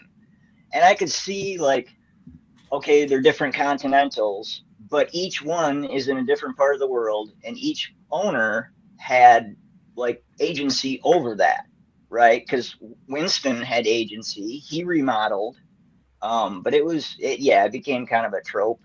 Like, oh, we're having the showdown in the glass room. You know what I mean? Yeah, it was style over substance, and a lot. That's what I felt like. I felt like, let's build this set piece, and let's have a cool fight in it. And I understand if that's your thing, but it's like, I don't know. You just seen it coming all the time. It's like, okay, cue the mob of bad guys. Here we go. Fireman carry, arm drag, headshot. Fireman carry, give me your gun, smack your gun. Like, it's the same shit over and over again. That's just me. Yeah. There's definitely tropes. Nope. Yeah, it gets recycled a lot. I'm with you guys. The adjudicator, I wanted her to be tortured. Like, I'm waiting for her to die, man. Like, and she doesn't. Oh, that pissed me off so bad. I was like, justice was not served here. You know, it just really wasn't. But what makes up for it is the performances of Zero, the Bowery Kings, Lawrence Fishburne, Winston, and Angelica Houston. It was cool to see his family and that part of the world, like where he came from, where he trained, his ties, his family crest. That was really cool. I thought the library scene was fucking phenomenal. That book it fight. was. What an intro. What a way to get the movie going. Yeah, that was great. I love the knife That fight was too. great. Not for nothing. The knife shit where he kept breaking the cases and taking knives out and just throwing it at these guys, and they were getting stuck multiple times and shit. I did dig that. It was The so axe funny how and the that hatchet fights. How it started. Yeah, sorry, like Yeah. I think they like run out of bullets in their gun or something, or like they're grappling with their fists, and then they look down at the case and there's like knives in the case. What are we crazy? Let's use the knives. Yeah. Yeah, right there. Right there. Case of emergency, break glass. Yeah. Right? Yeah. Grab that axe, man. I think they're used more for the fire, not for throwing into people's foreheads, but hey, To we're each his done. own. One axe throw is great though. I mean, man, when Yeah. that lands, you're just like, yeah, it just feels great in the movie. You're like, And Just Halle like- Berry, like, amazing. The two dogs, that was a cool thing going on. That shootout scene in that kind of desert layer after they killed. Well, no, they didn't kill him. They just shot him a couple times. Shit, what was that guy? Oh, Barada. When they go see him to find out where the elder was. Right. That was a really cool scene with the dogs going, and I thought it was shot really well. The different angles it was coming from, and they're kind of going over the terraces, and that was really cool. This is my second favorite out of them. Oh yeah. Let's go. I'm gonna give it a 4. All right. Oh yeah. All right. Jelani, overall thoughts. Chapter 3. All of you gentlemen were correct in a lot of ways. So I'm not gonna be short and sweet. I'm gonna tell my part. Parabellum is a banger. Parabellum is a banger. What the hell is wrong with you? Parabellum explains so much lore. There's so much lore involved just in this movie. Sacrifice of the finger is just a minimal cost to what that man had to do to get back in. He got back in, and the reason he changed his mind is the people were still trying to kill him. He got there. Apparently, the head of the table didn't give them the memo that, hey, leave John Wick the fuck alone now. He's back in our good graces No, because he that's has not to what kill people at the happened. Continental. That You is gotta not kill what him. happened. That's not what happened. No. He went to said go kill kill Winston. Winston? He said, Yeah. and I We're just trying said to kill him. that's what I'm saying. All He right. went to go kill Winston, and then he was like, nah, I'm not gonna do that. You're my friend. You helped me through this. I'm Winston with said, you. fuck you, you're not my friend. That's why I was like, what the Hold fuck on. Hold on. There's a reason for that shit. And as we get to chapter 4, I will explain it because you have to you have to see the lore. He did betray him. Winston did betray him, but he betrayed him to save his life. He did it so he could get his Continental back on top of that. He knew he wasn't That's all dead. he did it for. He didn't know he knew he wasn't dead. And he knew he was Dude, coming for the him. only reason why he didn't die is because this was a John Wick movie, because that motherfucker hit a fucking side of the building, a damn fire escape, hit another damn, and then hit the floor. He's Baba Yaga. Anybody would be dead. He's Baba Yaga. He killed a giant man with a book. He killed men with pencils. Winston would have shot him in the head if he wanted him dead. He killed men with horses. He went killed to shoot men with him a and gun he and pulled up gun his heaped arm. together. He went to shoot Can him. I not hold on? Can I not say my piece? Apparently, I can't say my piece. Everybody else got to talk. You be like, okay, oh, it's fine. My bad. Parabellum is a banger. Everything. No, it's okay, Faye. Look, everything in this movie is extended upon from the first movie. One in 3 is kind of like the Indiana Jones movies, except for that last piece of shit right beside that other last piece of shit between that. But it's Raiders and Last Crusade. Temple of Doom is trash. I don't care what y'all say. But those two were the bangers. John Wick and Parabellum are just like that, because 2 is weak, and then you get 4. We're on 4, but yes, the scenes did a little long. Yes, certain things happen. They're expanded upon more in the fourth movie. Worse, but we're getting there yet.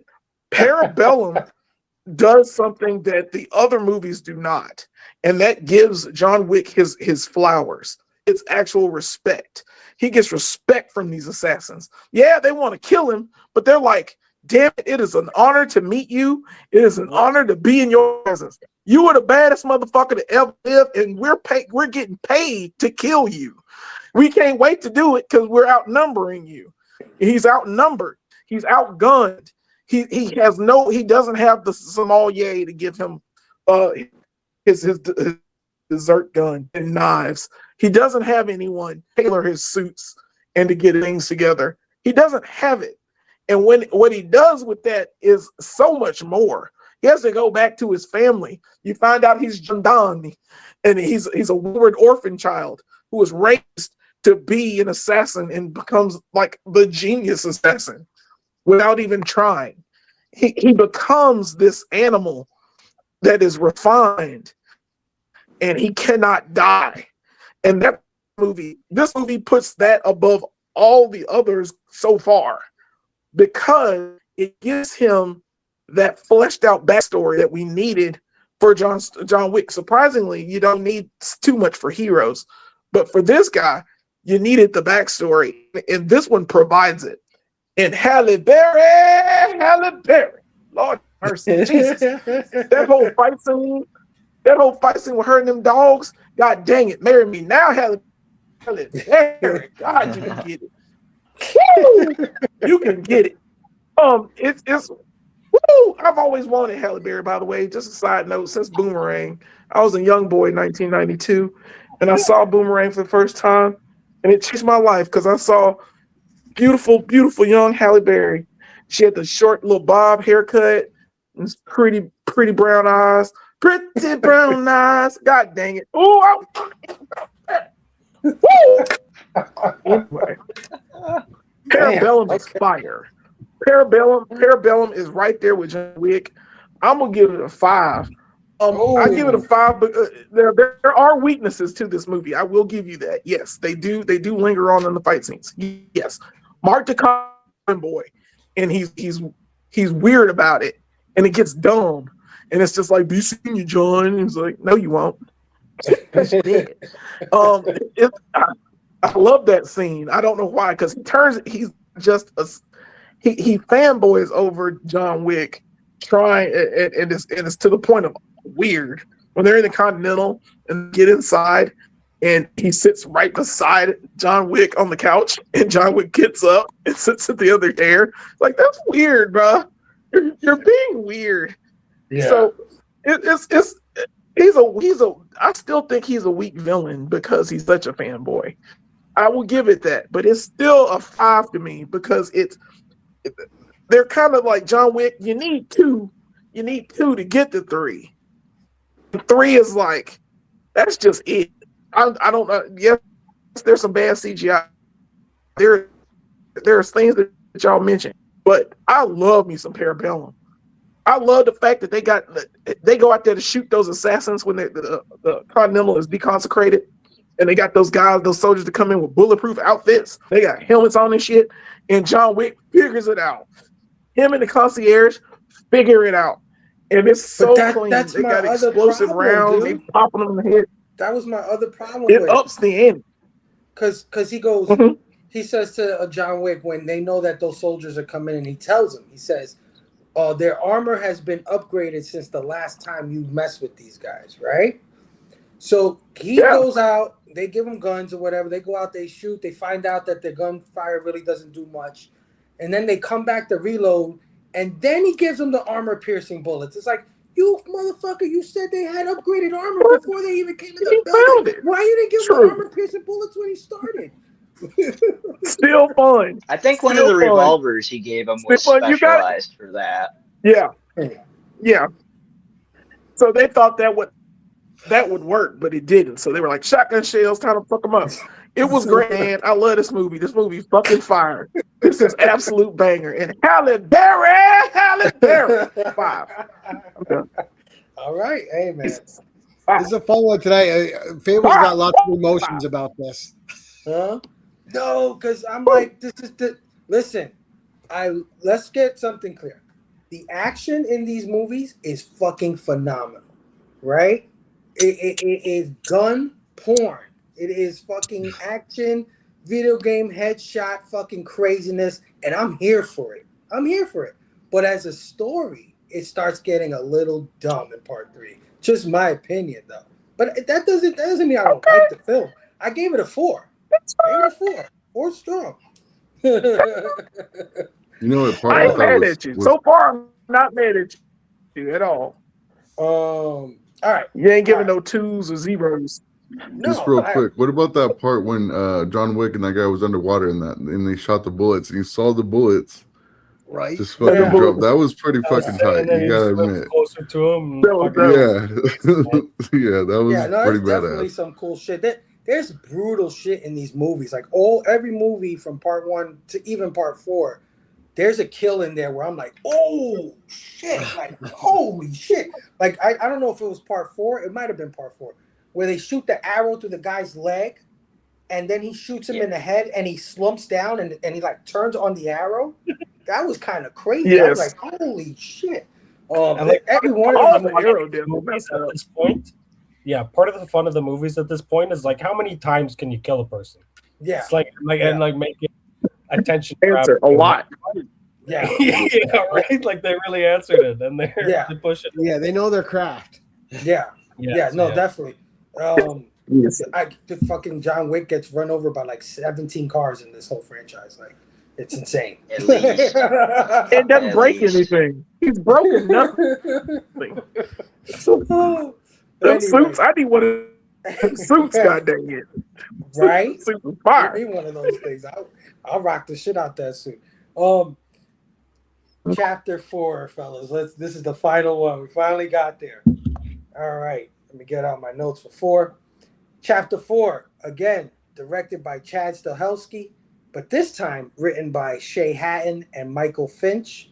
This one released March 24th, 2023. Had a budget of $100 million. And boy, what a box office. $447 million, man. So this one, they spent the most money on it, but they made the most money on it. It's insane. So remember, the first one made $87 million. This one made $447. That's how big or popular these movies have gotten over time. Now, how many action franchises do you know that have gone up every film? Nothing. None of them. This is the first one I ever seen that just kept The going up like Expendables. that. Kidding.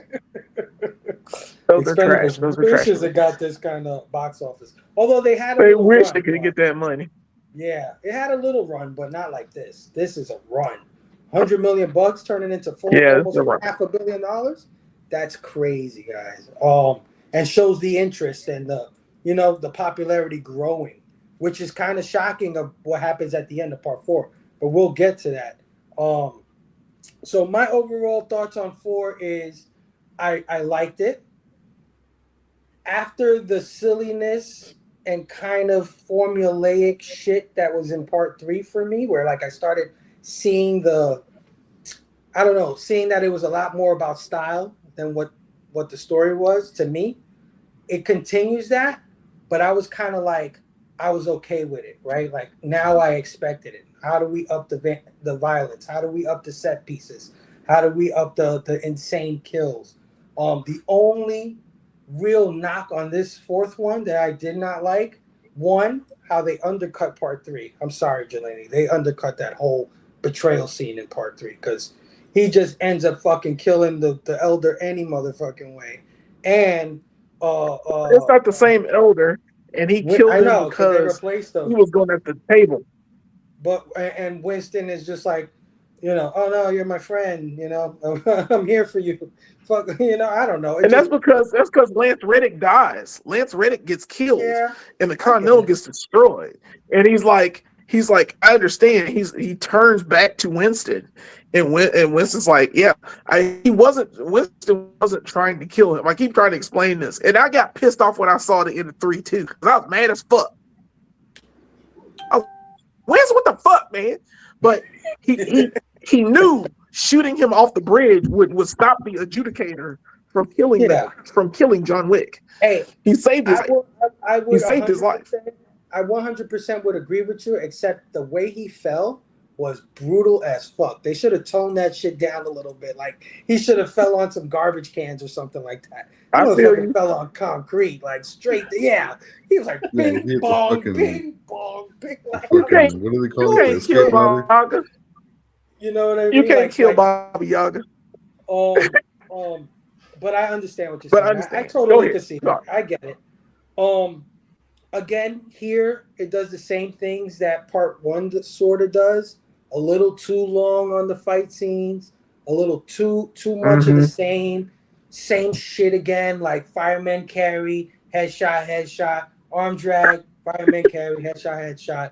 You know, they try to do a little different stuff, like the whole car shit in the middle of that place in France or whatever, that circle road that they have. They're doing all these shit with cars and shit like that, or at the end at the staircase scene, right, where it's just like, which I thought was kind of fucking cartoonish, the way he kept rolling down those stairs. I was like, what the fuck?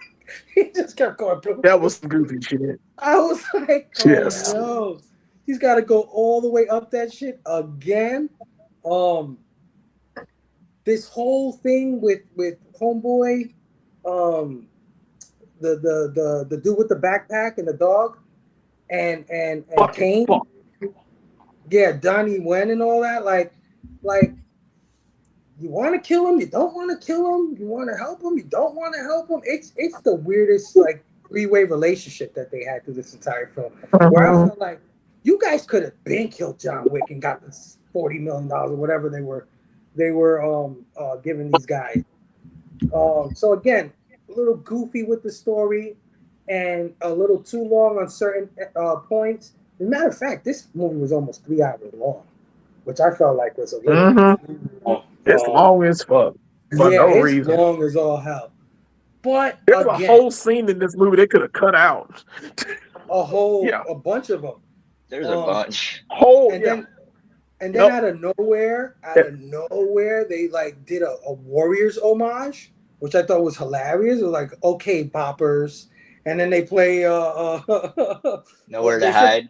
Yeah, nowhere to hide. Nowhere to run to, baby. The Warriors. It's like, all right, he made it past this place. You boppers got to get him over here. I'm like, what the fuck is going on here? Like, so it's a little goofy, a little strange, but again, I like the action enough. I like the characters enough. Donnie Wen, love his ass. Ip Man, yes. Give me Ip Man. Ip Man is the shit. Yep. And this is like the second time he plays like a blind, like fighter dude, right? Like, wasn't he in Rogue One doing the same shit, or am I crazy? He was Rogue One. Yeah. Okay. The whole, God dang it, he had like a whole phrase. The force is one with me. I'm one with the force, and the force is one with me. Yeah. Yeah.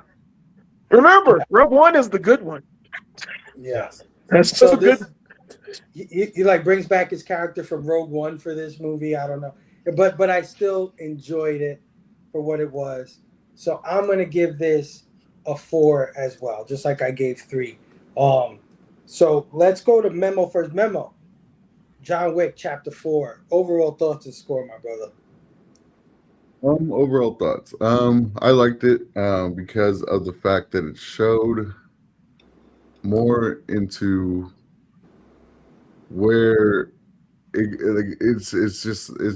goes back to way back in time. You can tell you can see like when that blind guy goes to see what's his name to see that he has to kill John Wick. Just by him walking in that building, you can see that this has been going on for so long because you can tell that's old money. Yeah. You know what I mean?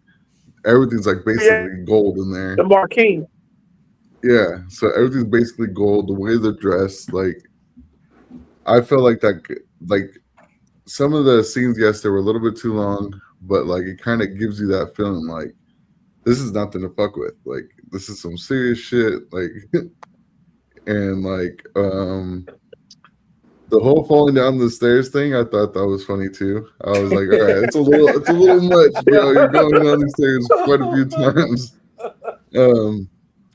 But like the little things is what I like too. Is like when he was about to go do that, the face off with the guns. That blind guy, I forget his name, but he stabbed John Wick in the hand. Oh What I yeah. mean, real quick to make the fight even. Oh yeah. Just like little things like that. You know what I mean? It makes you like, and you can tell from how he was acting. The blind dude, I forget his name, but how he was acting, like when he found out that he had to kill John Wick, like some emotion came over him. Like fuck, like. That kind of lets you know, like all these other people that try to kill John Wick and were like giving him the chance to like live. He must have helped all these people out in a certain way. Yeah. To the point where like, fuck, dude, I'm not gonna betray John Wick. You know what I mean? But you know what? I like the idea of Donnie Yen rather. I keep calling him Wen. Donnie Yen being the guy that would try to kill him and be okay with it instead of like a Ruby Rose. Or the other people, and you know what I mean? Because he seems like he seems like he's a top tier assassin his damn self. You know what I mean? Where these other people seem like they're rookies or something. Like I don't know, but keep going. My bad. He got out like John Wick. He got out like John Wick though. That's a thing, and they brought him back. They brought him back because Marquise was like, "I'm going to kill your daughter if you don't come back and kill John Wick." Yeah. He got his freedom. That's why John Wick was okay with it too. Right. Yeah, that's why John Wick was okay with it too, because like John Wick did the same thing for his wife, and why wouldn't he do the same thing for his daughter? You know what I mean? Right. John Wick was okay with it. Like you're gonna defend your family no matter what. You know what I mean?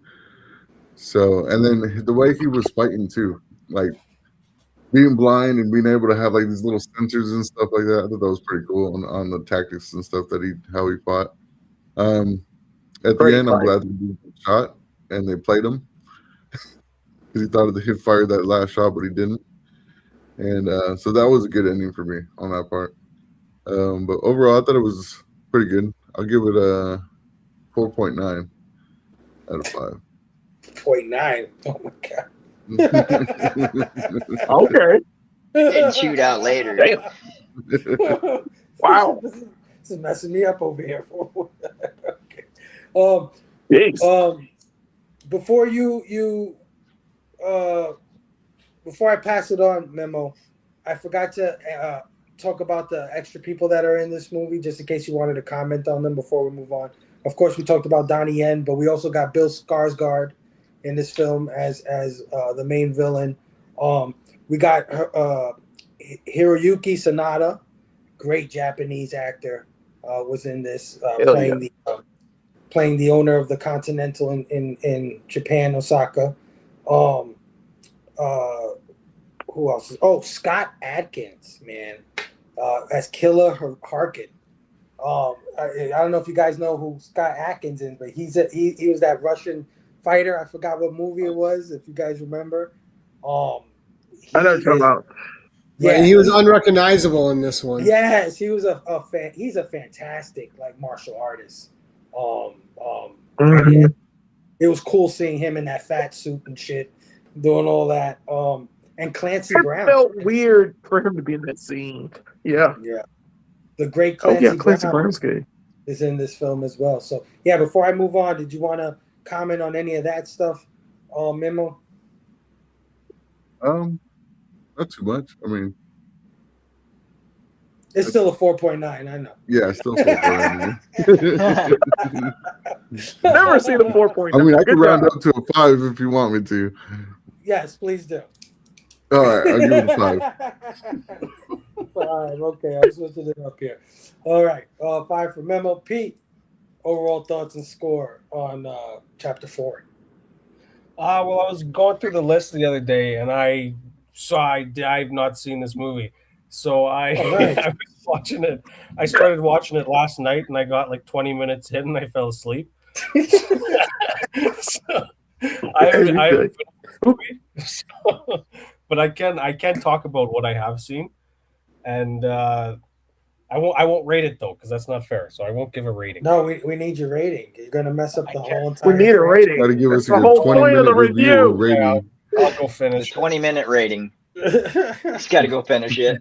Yeah, we'll see you in 3 hours or 2 hours and 40 minutes.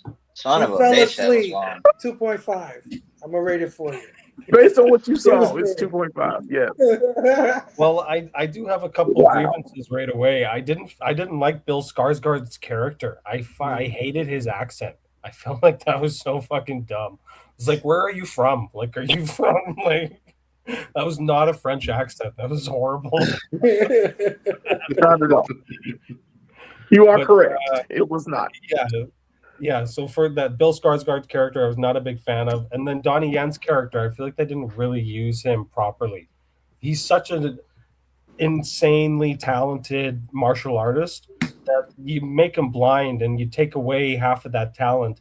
And I know that they tried to like use it in a different way and like they kind of made him like Daredevil, but like the dude could have been like an extremely talented martial artist who had his eyes and vision and was like an actual threat to John in that way, but they didn't, and they kind of, yeah, from what I saw, they took it in a completely different direction, and I feel like he could have been used differently. But that's all I saw. So that was it for me. All right. Hold on. Let me just make a note. Make sure to ban Pete does not finish movies for movie reviews. Okay. By the way, Pete, the line and said I loved spoiler it. alert, John Wick dies. Did you know John Wick dies at the end of this movie? There, I spoiler did watch alert. a little recap because You're punished. All You're right, so punished. what do you give the 20 minutes and the recap together? What's your 20 score? minutes and the recap. I give it like a 3.5. All right. I didn't like the way they ended it either. I thought that was pretty fucking cheesy. I'll It put was an like, oh, asterisk. he still has a bullet. Boom. I'll put an asterisk next to the 3.5. All right, got it. Gary, you finished the movie, right? Yeah, I love this one. I'm with Obsidian on this one, man. Let's go. Yeah. This movie's fantastic. I think the only weak spot in this movie for me is falling down 8,000 steps and fighting back up. Right. But that's the only thing that went too long. I loved it. So, I mean, I love the Japan setting, first of all. When we were there, that was amazing. Mm-hmm. I love all those actors. I love the aesthetic. But what no one ever talks about this movie is this movie does something with color that none of the other movies do. The colors in this movie are vibrant and they're amazing. From oranges to blues to reds. I mean, there's scenes that are built just around color palettes, and they're incredible. And it adds to the movie. You don't notice it at first. But again, another unlike the second one, this one's all characters with presence. I mean, you have Donnie Yen in, instantly he's going to be a great villain, and they're setting him up for his own Kane movie. And so I'm happy. So Pete, you'll see more of him doing more when his movie comes out. But again, a good heartstring character, a villain you care about, and it shows in this world too that they make friends, that they make acquaintances. But it's a dangerous thing to do that because you don't know whenever you're going to be set upon or called upon and forced to have to hunt down this friend of how many years and kill them. Willem Dafoe. Right. And the thing with John is John respects him a lot, just as he respects John. The brilliant play at the end with John not shooting the bullet and taking the shot. John's been given up for 4 movies. He's just been on a revenge kick. He knows what's going to happen if this dude fails. And he doesn't want that dude's daughter on his conscience because John, for an assassin, has a good has a decent heart and honor system, right? Because one of the best things that this franchise establishes is like any of like the best anti-heroes. There's a code of honor there. And this one, more than any of the other Wicks, has that code of honor throughout the characters.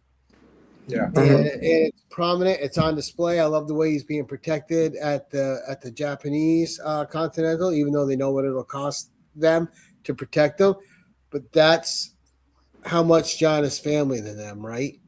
And it's just the fight scenes are great. You get to see some people get killed that you want killed, so that's satisfying. Mhm.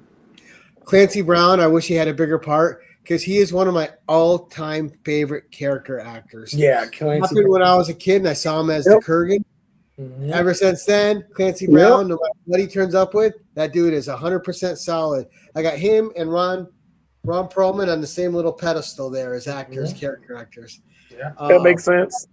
Yeah, but man, phenomenal! I love this movie. I ate up the time. I loved that it was longer, and I just liked existing in this world for a little bit and just seeing what John meant to so many of these other characters. Mhm. And then seeing also what they mean to John, that he's willing to make that sacrifice.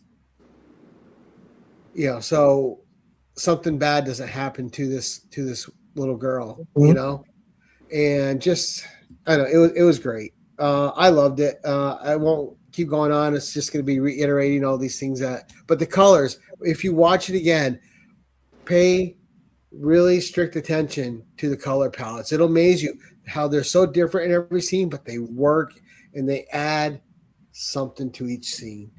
So for me, I was gonna give it the old 4.75, but I'll go with Obsidian. I'll give this a 5 out of 5 too. So there'll be 2 5 out of 5 entries for me on this. Yeah, okay. So remember, Pete, pay attention to the colors the next time you watch this shit, okay? I'm finishing it. I And the promise. waves. You must know the waves. And drink some goddamn coffee or something. He said after 20 minutes, it just I went didn't straight fall black. asleep because the movie was slow or bad. I fell asleep because I'm tired as fuck all the time. Sure. That's just being an adult. Sure. This is excuses. Oh my Pete's like, what colors? All I saw was pitch black. I'm gonna do a John Wick franchise and sleep through all of them. Let's do that. The effects were lacking. I'm taking my jacket off because that just made me sad. Oh, The and rubber jacket had to go because that made me sad. Great scene with him getting another suit, right? With him and Lawrence. I didn't catch It was that. a nice. Oh, I said another great scene with him get outfitted with another suit with him and Lawrence Fishburne. Yeah. He was like, what he told him? He That said, happened past 20 minutes though, Pete. Great. Great when you gotta go out or when you're gonna go out, like they're gonna kill you. Like either way, it's a great suit. Yeah, no, I like that. Well, and we talk about all your reviews too about style, right? And the John Wick movies ooze style. The style is unmatched in these films. Yeah, 100%. That for sure. Tons of style in this movie. But Chad, what are your overall thoughts and score on Chapter 4? Chapter 4. Well, if 3 was Parabellum, 4 should have been Equilibrium. Because if you can sword fight while going 90 miles an hour on a crotch rocket with like 2 guys and not lose your balance, like that takes a certain quiet equilibrium, right? Like I don't have that kind of balance. It's what. But swords make everything better, Chad. Yeah. This one was a mixed bag for me. It's kind of around 2 for me. There are things I loved about it and things that I just really didn't care for. Like it got silly to me, like really silly. Like I love the beginning of it, and you're right, Gary. I think this may be the most visually striking of the 4, with the sets, especially the Okinawa set. That scene of like the neon pink building in the background and the blossoms, beautiful. And then the fights. There's great interaction with him, and what's his name? Shimazu. That guy there. You could really tell they had a friendship and a rapport. Yeah. But John was like, I'm sorry. And he said something that struck me was, friendships of convenience are often less meaningful. Mm-hmm. You know what I mean? Like Yeah. that's if you're a real friend, you're there through thick and thin. You know what I mean? Yep. Like he's willing to put his life, his daughters, and that whole hotel because they're friends. Right. Right. It was amazing. Yeah, yeah. That shootout scene was great. Although even if those guys in like the baby blue, even if they have Kevlar suits, they established in the first one that you get shot, it's still gonna fucking hurt. And these Right. guys are getting Yeah. pelted with bullets, point blank range, and it doesn't do anything to them. Mm-mm. I was like, okay, but an arrow will go through it. I Right. don't know. Anyways, Bill Skarsgård, I did not like him. Like it did not make sense to me. Like you said, a fable about the elder being younger Mm-hmm. in the other movie. Like he's this little shit, snot nose, arrogant motherfucker, and everybody on the table is political, and Mhm. they're vying for power, and they're gonna give him the ultimate power, and they know they have Right. to know how he is. Yeah. Well, you know he's You not know, there by the second movie. By the second movie, by the fourth movie, he's gone. They've already replaced him with another guy who got killed by John Wick. what, I'm, what I'm saying is, yeah, they don't give a crap about hierarchy. They give a crap about power and who can hold it the longest. And the But guy at the that head of the table happened to be a part of this family. And I'm sure that other guy that made him cut his finger off is dead. Somehow he yeah, yeah. because They of said John he Wick. died. But that's Yeah. part of but I'm my talking about the marquee though. the marquee guy. Oh Bill yeah, he's Skarsgård. trash too. Yeah, Sorry. Sorry. He's trash. Sorry, he Um, is also trash. But I understand what Chad is saying, and that's part of my problem with like story wise is that okay, at the end of the day, if you're all vying for power, if you all want to be like whatever, the table, the head table, whatever, the smartest move would be is to get John Wick on your side, not try to kill him. I know that doesn't make much of a movie. I understand that. But the amount of men that this motherfucker took out in these 4 movies, right? It's like, maybe we should give him a job.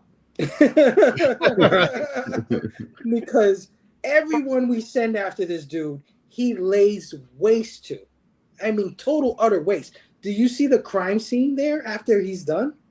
We got people with blood splatter all over the wall, bullets all over the floor. These guys' limbs are all broken and shit. Like he takes out big ass dudes, anybody, right? So that's kind of like what breaks it for me a little bit. But anyway, I'm sorry, Chad. Keep going, my brother. The overhead fight scene too in the building, right? That's like a video game.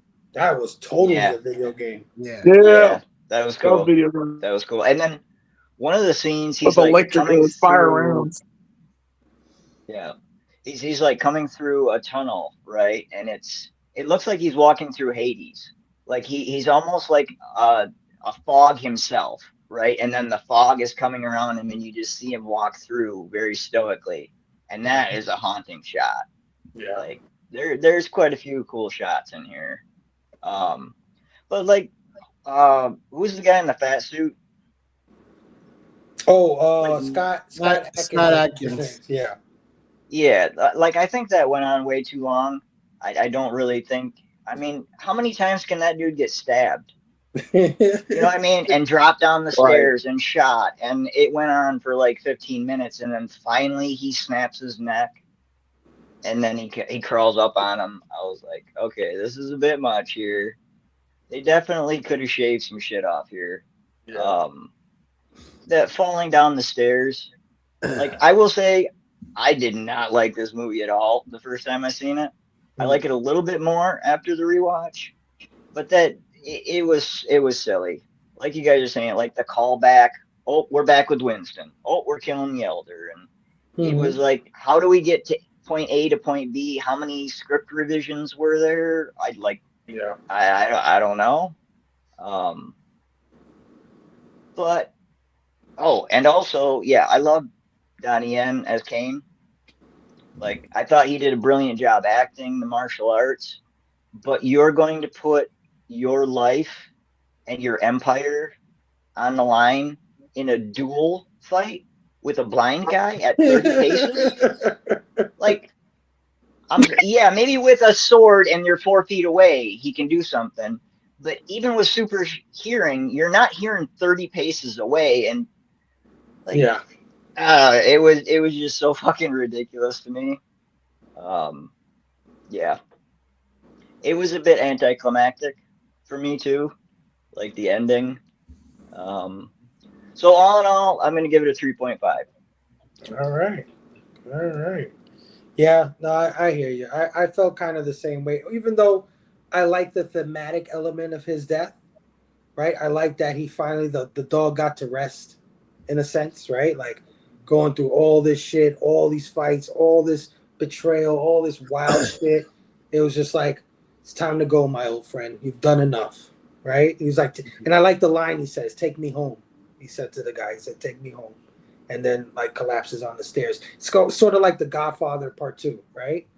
When De Niro dies in the wheelchair, right? He's like old and shit and just fucking dies. He has that same kind of quality to it. But I agree with you. I was like, this motherfucker fell down through staircases. He fell off the roof of a building. He got stabbed. He got hit by 15 different 10,000 cars. times. He got fucking ran over by 15 different cars. It's like, oh, you shot me. You shot me. I'm dead.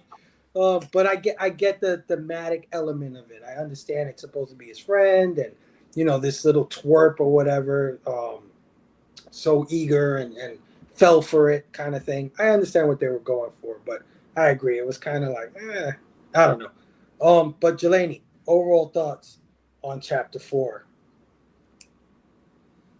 Y'all gonna hate me. I hate 4.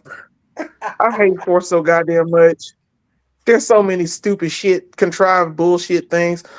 I hate more than I hate how long this movie is. More than I hate that you drug out this thing. More than I hate that y'all killed John Wick, but he's not really dead because Winston doesn't really give a definitive answer at the end. He does not. So it's just a headstone that he's putting there. He knows that's not John Wick's grave because John Wick's not dead. I hate that dude and that fucking dog. I hate that dude and that fucking dog so goddamn much. Every time I see him, and I saw him this time, I hated it when I saw it. I was like, who this motherfucker? He has no charisma. He has no aura. He is just there. The Skarsgård stabs him in the hand, and he's like, good choice, and he pulls his hand out. Grossest, dumbest scene in the movie. I'm like, nigga, pull your hand out. I hate that. I hate him so much. He has no charisma with his own goddamn dog. He ain't got no charisma with his dog. Yeah. I'm like, bruh, you don't. 1 minute you want to kill John Wick, next you want to track him, next you want to shoot people that are trying to kill him. You don't know what you want to do, and you just there. And you're at the Continental when they shut it down. He's like, I'm gonna stay. What am I gonna stay for? Oh, I need to track / kill John Wick. I hate that motherfucker. I hate him so much. I hate him so much to the point it ruins the entire movie. You could cut him out of all of the scenes in this movie, and it wouldn't mean a damn thing. He doesn't do shit. He does reaction shots during the duel. They just show him and the dog, and he's sitting there. And he ain't even seeing what the duel is, and he's just sitting there in the chair. Oh, that's nice. Oh, John Wick got shot. I hear bullets. Oh, fuck you, motherfucker. Who is that guy? Tell me who he is now. Is he someone now? Is he in a movie with someone now? Is he famous? Fuck that guy. Fuck him in his face. I fucking hate him. He's fucking stupid. I'm having trouble getting what Jelani's saying. Yeah, I fucking hate him. Please tell us how you really feel. I wish the dude in the gray suit had killed his dog, so he would just be like, "Oh, my dog is dead," and then he gets shot. That's how bad I hate that motherfucker. I want him dead like Ruby Rose dead. I want him dead. I wish John Wick had just snapped his neck somewhere in the middle of this movie so we'd have to do the rest of it. Get him off the screen. I hate him. Tell me, did he make a difference? Did he make an impact? Did he do this? No. Answer's no. Answer's no. Anyway, the Scream guy, the nuts fat suit guy, y'all could have cut that whole scene out.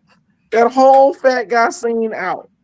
They could have done another mission to where he's like, all right, that's cool. We can do this part.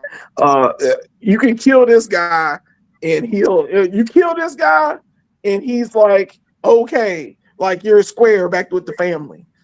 And you do this 45-minute stupid ass poker scene with the guy in the middle with Donnie Yen and cut that whole scene out. Cut that whole scene out the movie. It changes nothing. Maybe we should skip the part where he gets back in the family. Back in the family. Thank you. You're back in. Now you can do the table thing. I hate Bill Skarsgård in this movie. The Marquise is the dumbest villain of all of the dumb villains. He don't know what he want to do. He don't know who he want to be. He should have killed John Wick when he had like 27 chances. The stupid. I hate the stairwell scene. I hate everything about the stairwell. I hate it because he gets all the way up there, and the gray suit motherfucker kicks him all the way back down, and he's got like 2 minutes before sunrise comes up, and I'm like, "Fuck you, movie! Fuck you in the face!" You mean I have to watch all the way up for this motherfucker to kick him all the way back down, and he hits every fucking stair on the way down and doesn't get hurt, don't break a hip, don't break a fingernail, didn't break the hand with his missing finger. Nothing happens. It's so repetitive and stupid. I'm sorry, y'all. I hate 4. I really hate 4. 4 makes my stomach churn. When I see 4, the colors are nice, but every scene like it's on a sound stage. It's like a bad sound stage. Like all the other movies look grittier and darker, and Parabellum to the point where it was getting that light tone to it, like the color palette. I understand what you're saying, Gary. It does look beautiful in shots. It does, but it's like it's on a goddamn sound stage. It doesn't feel like I'm there. It feels like I'm on a green screen sitting there. That's what 4 looks like. 4 is easy, but it knows what it is. So it's still John Wick. You still got the shooties, you still got the killies, you still got all the cool shit, you got all the great deaths. But at the same time, this is the one where I'm like, y'all could have tried a little more. Clancy Brown, by the way, back to that, he's great. He does need more time in this movie. He should have been the Marquise. He should have been the Marquis. Yeah. The head of the damn table. It should have been him. And they didn't even do that. They could have put him in the place of that stupid motherfucker and that dog. And we would have been okay. Like, oh my God. That stupid fucking dog and that dude. I swear to God. What was his name? Who is he? Like, what's his real name? Can you tell me his real name? Mr. Nobody. Is he famous? They just kept saying Mr. Nobody. And I think that's... Yeah, because he's nobody. He ain't shit. He ruined this entire movie for me. It ruined my immersion experience. Shamir Anderson. I hated it the first time. Huh? Jason DeBeer? What? Billy the Donkey? Shamir Is he Billy the Donkey? Anderson. Fuck that guy. Fuck Shamir Anderson and his family. Fuck him, because he's a poor actor. And he got no aura. And that motherfucker got no aura. And Lawrence Fishburne could have been in that same spot and done the same work. And I've been okay. It's so much shit y'all could have done in this movie that you gave screen time to that dumb motherfucker. He lives. And he lived. They didn't even kill him for fun. No one, Skarsgård didn't shoot him for nothing. The gray suit guy did. God damn it. He lives. That means they're going to give him a TV show or a spinoff. I'm waiting for you to get him. Stupid motherfucking this dog. Okay, two. Chapter 4 gets a 2. Because of that 2. Because that motherfucker and his dog. God damn it. Oh, Oh, I hate this movie. I hate it. I hated it the first time I saw it because they killed John Wick, and then I hate it again because they're dogging that motherfucker. Every time I see him, I just get mad. I just seething hatred. I'm done. Well, he kept screaming nuts, and then having the dog like rip the nuts off the guy. I was like, what? That's What pretty the low, man. You can fuck? go for the neck once in a while, you know. Yeah. Like you're Yeah. gonna And you know go. what's crazy? Nuts. Yeah. I love Bill Skarsgård, right? I do. I love him. I love him in Barbarian. I I love do him too. in He's great, man. It as the Yeah. clown It or whatever. But in this film, like Jelani said, what is he except rich? He's getting everybody to do his bidding. He's not really doing anything. So why couldn't the high That shit. table do that themselves? Why did they even hire him? You know what I'm trying to say? Like it didn't make much sense. And Bill Skarsgård has this thing with his eye, and I just kept seeing his eye Yeah. going this way. It's so wonky. Like, what's going on with his eye? Oh, but anyway, all right. So that's the review for all 4 movies. Let me give you the average score of each movie. All right. For part 1, we've got an average between the 6 of us, 4.8.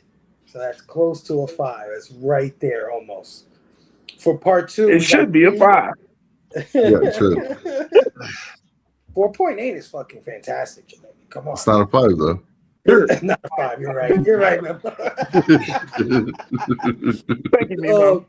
3.75 for part 2. Part 3, 4.45, which is pretty strong, I think. And part 4, 3.8. So the lowest scoring one is part 2, followed by part 4, then part 3, and then part 1. So I think that's, where we are at. I think part 4 had us split the most, though, right? Because Jelani with the 2, Memo with a 5, Gary with a 5, Pete, we made it 3.5 Pete went to sleep. because Honestly, after all the reviews, I feel justified not having seen it because I wasn't excited to go see it. You didn't miss anything. Like honestly, I was like, it didn't really excite me when I saw it coming out in the theaters, and I was like, yeah. So I feel justified with my 3.5 You're right. rating. I'll watch it again, and I'll rate it in the comments. Yes. So come back for that. Come back. Cool. But yeah, I think overall though, this franchise is pretty solid, right? I think it's a pretty good franchise. It does have its moments where it's kind of silly or whatever, but it's still very stylish. It's still very action packed. I recommend all 4 movies, despite me liking some more than others. Right? I would still tell you to go watch this whole series. I think there's a lot to enjoy, especially if you're an action freak. If you love like these crazy choreographed fights and stuff like that, and what they do with the guns and shit like that, I think you're gonna have a great time with this series overall. Even though I may personally have some issues with the lore or the storytelling or how that's doled out. The one thing I would do though, I would not watch these movies back to back. No, don't do what I did. Don't watch these shits one after the other. You guys, like Memo, you guys did the right thing. You saw them when they came out. You gave the 2 or 3 year space in between them so that when the next one came out, you could sit there and be like, oh shit, hell yeah, dude. Shoot the arrow through his fucking leg. Yeah, hell yeah. Hit him with the car or fucking hit him with the horse or whatever. Like you can appreciate it in that low. If you do this back to back, eventually everything just becomes numb and all of it loses its luster. Because I did that and it was just like fireman carry, headshot, fireman carry, arm stretch, fireman shoot, headshot, boom, headshot, boom. And it was just like, it was 6 hours of that shit. Like, there's just so much you could take. Sorry, I got my phone. I love every single headshot. So you guys who watched these movies and as they were coming out or gave some space in between, you guys did it the right way. do not watch this movie the way I did it, because by the fourth one, you're like, all right, headshot. He's gonna, you know what's the fuck is gonna happen. It's like, oh, here comes the cavalry. John Wick's gonna go ape shit on everybody. Boom, boom, boom, boom. It's just you see the formula in it. But again, I think it's a great series. Thank you everybody for joining us tonight for our last Action Fest movies. You guys are fucking amazing and awesome. Everybody in the chat that came and joined us, you guys are great, man. Let's get on out of here. But before we go, I want you guys to let the people know where they can find you. Big Memo, man. Thank you so much for I hope we didn't ruin this shit for you, because I think you gave almost everything a 5. He likes No. John Wick. Memo was You're like, a man of John Wick culture. 5. Part Yeah, 2. I just like I'm just a really big fan of choreography and fight scenes. So Hell yeah, dude. No, dude, I love it, man. I love it. I one thing I don't like is when people just try to bandwagon because everybody's going in a certain direction. If you feel the way you feel, I want to know, man. And I love that you kept it real. You love these movies, and I love that you love these movies. That's fucking awesome, dude. But yeah, Memo, let the people know where they could find you, bro. you guys can find me on Whatnot, Obsidian Comics, on Whatnot, and I'll have my first eBay live show tomorrow at 5 p.m. Let's go. Go show the homie some support, man. Yeah, so I'll be on there on Obsidian Comics. Yeah, dude, I'll be doing some dollar starts tomorrow on eBay. I got some signed stuff. I got some exclusives, some limited books. Trying to make my first show kind of big. Well, besides that, I mean, if you guys ever looking for a certain book or trying to get a certain signature, I know a few artists. Just hit me up on my IG, Obsidian Comics on IG. I got price lists for quite a few artists, like for their sketches, headshots, full bodies. So if you guys are ever interested, let me know. And if you guys ever want to be part of an exclusive of yourself, let me know. Oh yeah, 100%. Yeah,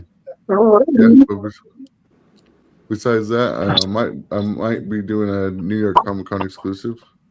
Oh Still yeah. on the debate of I got 2 projects in hand, so we'll see what's up. But besides that, thank you for having me, Fable. This is fun.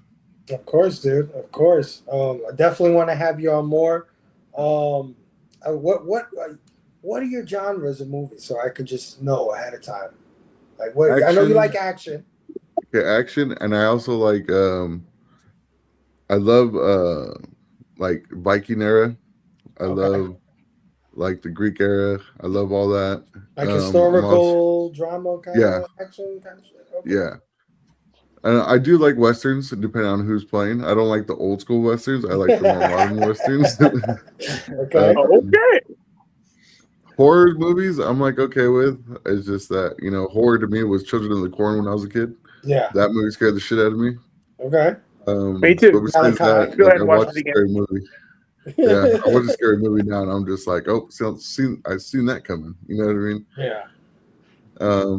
But besides that, it's just like old school movies like that. Like I was a big fan of the show The Vikings. So. Okay. All right. I just wanted to keep it in my mind.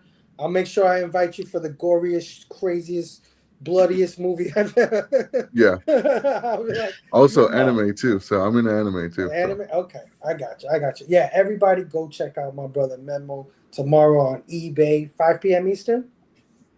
Central. 5 p.m. Central, 6 p.m. Eastern for his first ever live sale. My brother got the contract with eBay, so he's giving out great deals. Got some great sketch covers, all that shit. Go support the brother. Obsidian Comics. Memo, thanks again for hanging out with us, man. Thank you. My boy Pete, I'm only giving you trilogies next time, bro. I just had to do Kill Bill with Chad this week too. It was freaking 2 movies too. I'm just messing with you, bro. I love you, man. I love having you on. You get pulled up and then you fall asleep on the last one. You fail, man. You're banned now. Dad's banning you. Ban him, Fable. Come on. The ban hammer's coming down. No, but we got Pete. Pete, I got you on some Horror Fest stuff, right? Not yet. No? Nope. I sworn I signed you up for some Horror Fest stuff. No, next thing I got going on August 11th, me, Stu, and Eric are going to be reviewing Teenage Mutant Ninja Turtles. the original. Oh yeah, nice. That's going to be sick. I'm really excited for that one. That's a big childhood I movie like of that mine. And movie. the costumes they moved in that, or they used in that, are just iconic. So Yeah, I don't know what happened there. Those guys know that I love Jim Henson. They didn't call me up. I don't know what the fuck is going on there. I gotta have a big talk with Stu and fucking E there, Eric. I'll talk to him. I know. Oh man, no, that's gonna be awesome, Pete. Always a good time with you, man. Go check out my man Pete. Most dope comics on Instagram, doing great reels on New Comic Book Day, all that good shit. And send me that list for Horrorfest. Yeah, well, unfortunately, I think it's tied up, Pete. I'm sorry. My bad. I think he's trying to say you're cut off because you didn't watch the fourth movie. Sleep during movies. Oh, but I'll definitely, we'll do this again for sure. And I'm sure you're going to be popping up on one of maybe Robbie, Chad, or Matt. We got like 5 channels this year for Horrorfest, guys. Stay tuned. Hey, don't put out too many. We all know what happens now. So yeah, shit. 60, and this is no joke. 69 movies. That's nuts. Isn't that fucking Oh, crazy? that's what she said. That's a lot of movies. Yeah. 69 dudes. That's what I'm saying. Yeah. It's crazy. Thanks again, Pete. Gary, my brother, man. Love you to death. Thank you for being on tonight. Thank you for joining us for more than one over here for Action Fest. I think I do have you for some of the Horror Fest, right? Yeah, I think quite a few of them. Yeah. Okay. All right. Let the people know where they can find you, what's going on. Well, we got Savage Saturday coming up. We'll be talking about issue 33 of Conan the Barbarian from Titan Comics. Then we got Chonko Comics on the 10/11 on the 4th. On the 6th, we have Up and Adam Comics coming on for his first 10/11 appearance. Wow. On the 11th, we got Milt coming back, and he's going to do something with coins and comics for a 10/11. And then on the 13th, we got Bronze Age Brian. He's coming on to talk about comics and adaptations of some specific movies, which we'll name later. The 18th, we have Bree and Keisha back on, so it's going to be great to have them. If you don't know them, they're from Pink Riot on YouTube. 2 fantastic ladies. Then we got Chad back on the 20th. Let's go. And on the 25th, we have Jelani, who we just signed up tonight. Yeah. So I just got one more slot to fill for August, and then I'll start filling September. All right. So anyone out there, the 10/11's a fun show we do. If you want to be a part of it, just reach out to me on IG, and we will get you hooked up with a show, and I'll explain to you what we do on it. It's got a fun format. It's very adaptable, and we have a great time. Yeah. I've been on the 411 a few times, guys. It's a fantastic show. If you haven't watched it or you haven't considered jumping on with Gary, because Gary loves having the community on. He's one of those dudes that, you know what I mean, shows love across the board. Definitely give it a shot. Memo, I'm talking to you, my brother. Definitely try to see if you get on one of those 411s because you got those exclusives, man. Or even the 10/11, which is the show title. Yeah. You fucking Gary. Good job. Oh, Gary, love you, brother. Yep. Can't wait to do this again. I'll What's see you in your a few IG, Gary? months. What's that? What's your IG? Oh, Gary B, the casual comic guy. And Pete, feel free to watch 20 minutes of one of them. I will. I'll try. I'll try to fit it in. At least 20. That's the cutoff. I'm just kidding. I'm just picking Pete. I mean nothing by it. It's fine. I'll never live it down. It's okay. No, you won't. It makes you endearing now. You Never go admit to, you never watched a movie. Just fake like you did. Fake like you make it. Fake It's all right, Pete. Well, you know It's all right, what? Pete. Just sleep it off. Just sleep it off, bro. He was honest. He was honest, and that counts for something. You know what I mean? He didn't try to fake it. He's like, listen, man, I couldn't do it. I couldn't make it through parkour, bro. I understand the being tired thing. So 100%. Although I have 2 little children, I got a wife, I'm giving you a little bit of leniency, Pete, just a little bit. Big chat. Always, brother. Thank you so much for joining us for Action Fest, man. It's been awesome doing this with you. This whole month has been just a blast, bro. Having you on my shows, me jumping on your shows, Matt shows, Robbie shows. It's just been fucking 1 month. I love you guys, but I'm gonna take like a month off now. And I'm sure you. I don't know if you're gonna take a break, but let the people know what you got going on. Well, I'm going to try to slow down a little bit, but we'll see how that goes. Yeah, man, this has been great. Being able to do this with some of my best friends on here, you and Robbie and Matt, like exactly right. It has been an absolute blast. We've covered lots of bangers, Mhm. had a lot of fun. I did. Got to have some new people on and get experience. It's been great. I'm really looking forward to Horror Fest. That should be a good time. Pete, I will send you my list, but you're not eligible for any franchise shows. All right. Totally okay with that. That's so funny to me.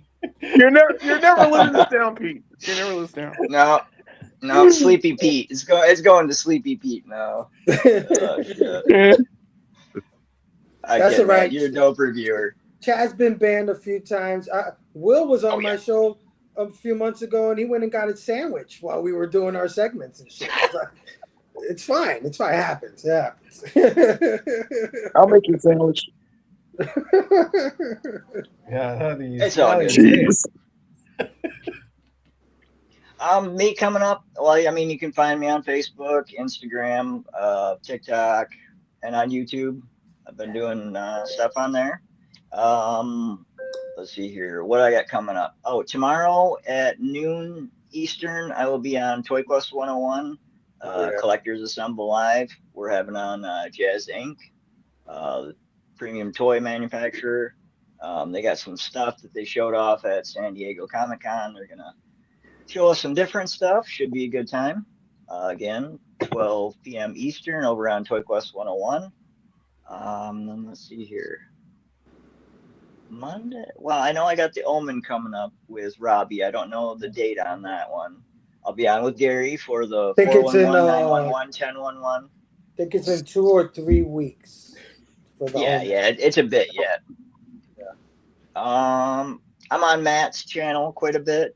I'll be on a couple of the westerns that he's doing, The Good, the Bad, and the Ugly, and Blazing Saddles for sure. I'm on there Thursdays a lot of times doing live sales, Memo, Obsidian Comics. He comes, hangs out. We sell books. Check that out. And yeah, check out my eBay store. And if you're looking for anything as well, hit me up on Instagram. I've got toys, comics up the wazoo. So appreciate it. Again, thank you. Of course, Chad, man. Thank you, man. Can't wait to do it all over again.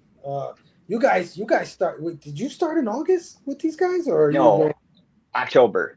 Oh, okay, me too. October. Okay, good man. See, smart. Okay. Smart. Big Jelani, my bro, man, my PCP bro. And we've been doing this for quite some time now, man. I look back at one Yes, of our sir. movies, and I was like, damn. Like, I know you guys been doing it longer than Little me, bit. but me being with you guys, it's been a But few you still years now, doing it, dude. son. Yeah, man. You better keep doing it. You better keep doing it. Never quit. Never surrender. I need you, bro. I need you on a lot of these things if I can have you. But anyway, let the people know what you got going on. Oh God, it's so much. No, I'm kidding. I don't do anything. I only do one thing other than movie reviews, and that is I do this show with my good friend Brooks, and it's called Go Figure Reviews. And we review toys. We do show and tell. Because at one point, Robbie did a show and tell at the end of every show that we had called Back Chat, and we showed things off. And Brooks and I were like, "Screw that shit. We can do it ourselves too." And started broke off and did our own show. Go Figure Reviews. We review cool things like this. This is a bootleg Venom. He is the lethal neighbor. I got it from AliExpress. We do a cool review on that. He's pretty awesome. I also have the Sagat and Ryu figures. These are from Storm Arena. They are alternative to Jada toys. So if you want to get Jada toys for cheap, you can get these too for cheap. I'm putting a review out for this. I haven't edited it yet, but it's happening. It's a thing. And that's the type of things we do at Go. We also do other movie reviews. We do fun other crap, whatever. Just check our channel out. We do house tours. We haven't done them this year, so if you have a house and you're in the South, we will come into your house and look at your toy collection, and your video collection, and your comic collection, whatever collections you have. We will film them and put them on our channel. So check us out. Of course, get out there and go figure. And also, always sell out. Don't be afraid to sell out. Just always sell out. The man is there for you. Just take the money. Just take the money and do the thing. That's all. That's it. Take money. Sell out. That's all. Delaney, always a pleasure, my brother. Thank you for hanging out. Thank you for ending Action Fest, man. It's been a blast, like I said. Of course, always me. Don't tune in next week because I won't be here. I probably won't be here for a little while. Plan on going on a little vacation. You might catch me here and there. I've been invited to a few channels, so you might catch me here and there. Nothing to say yet, but I definitely will be back for the Absolute Blame Fable show coming up soon. Well, maybe not too soon, but end of the summer. I would aim for there. That's where I'm aiming for, end of the summer. And then, of course, Horror Fest in October. You guys have been amazing. Everybody have a great Friday night. Have a great weekend. Love you guys. Catch you next time. Station.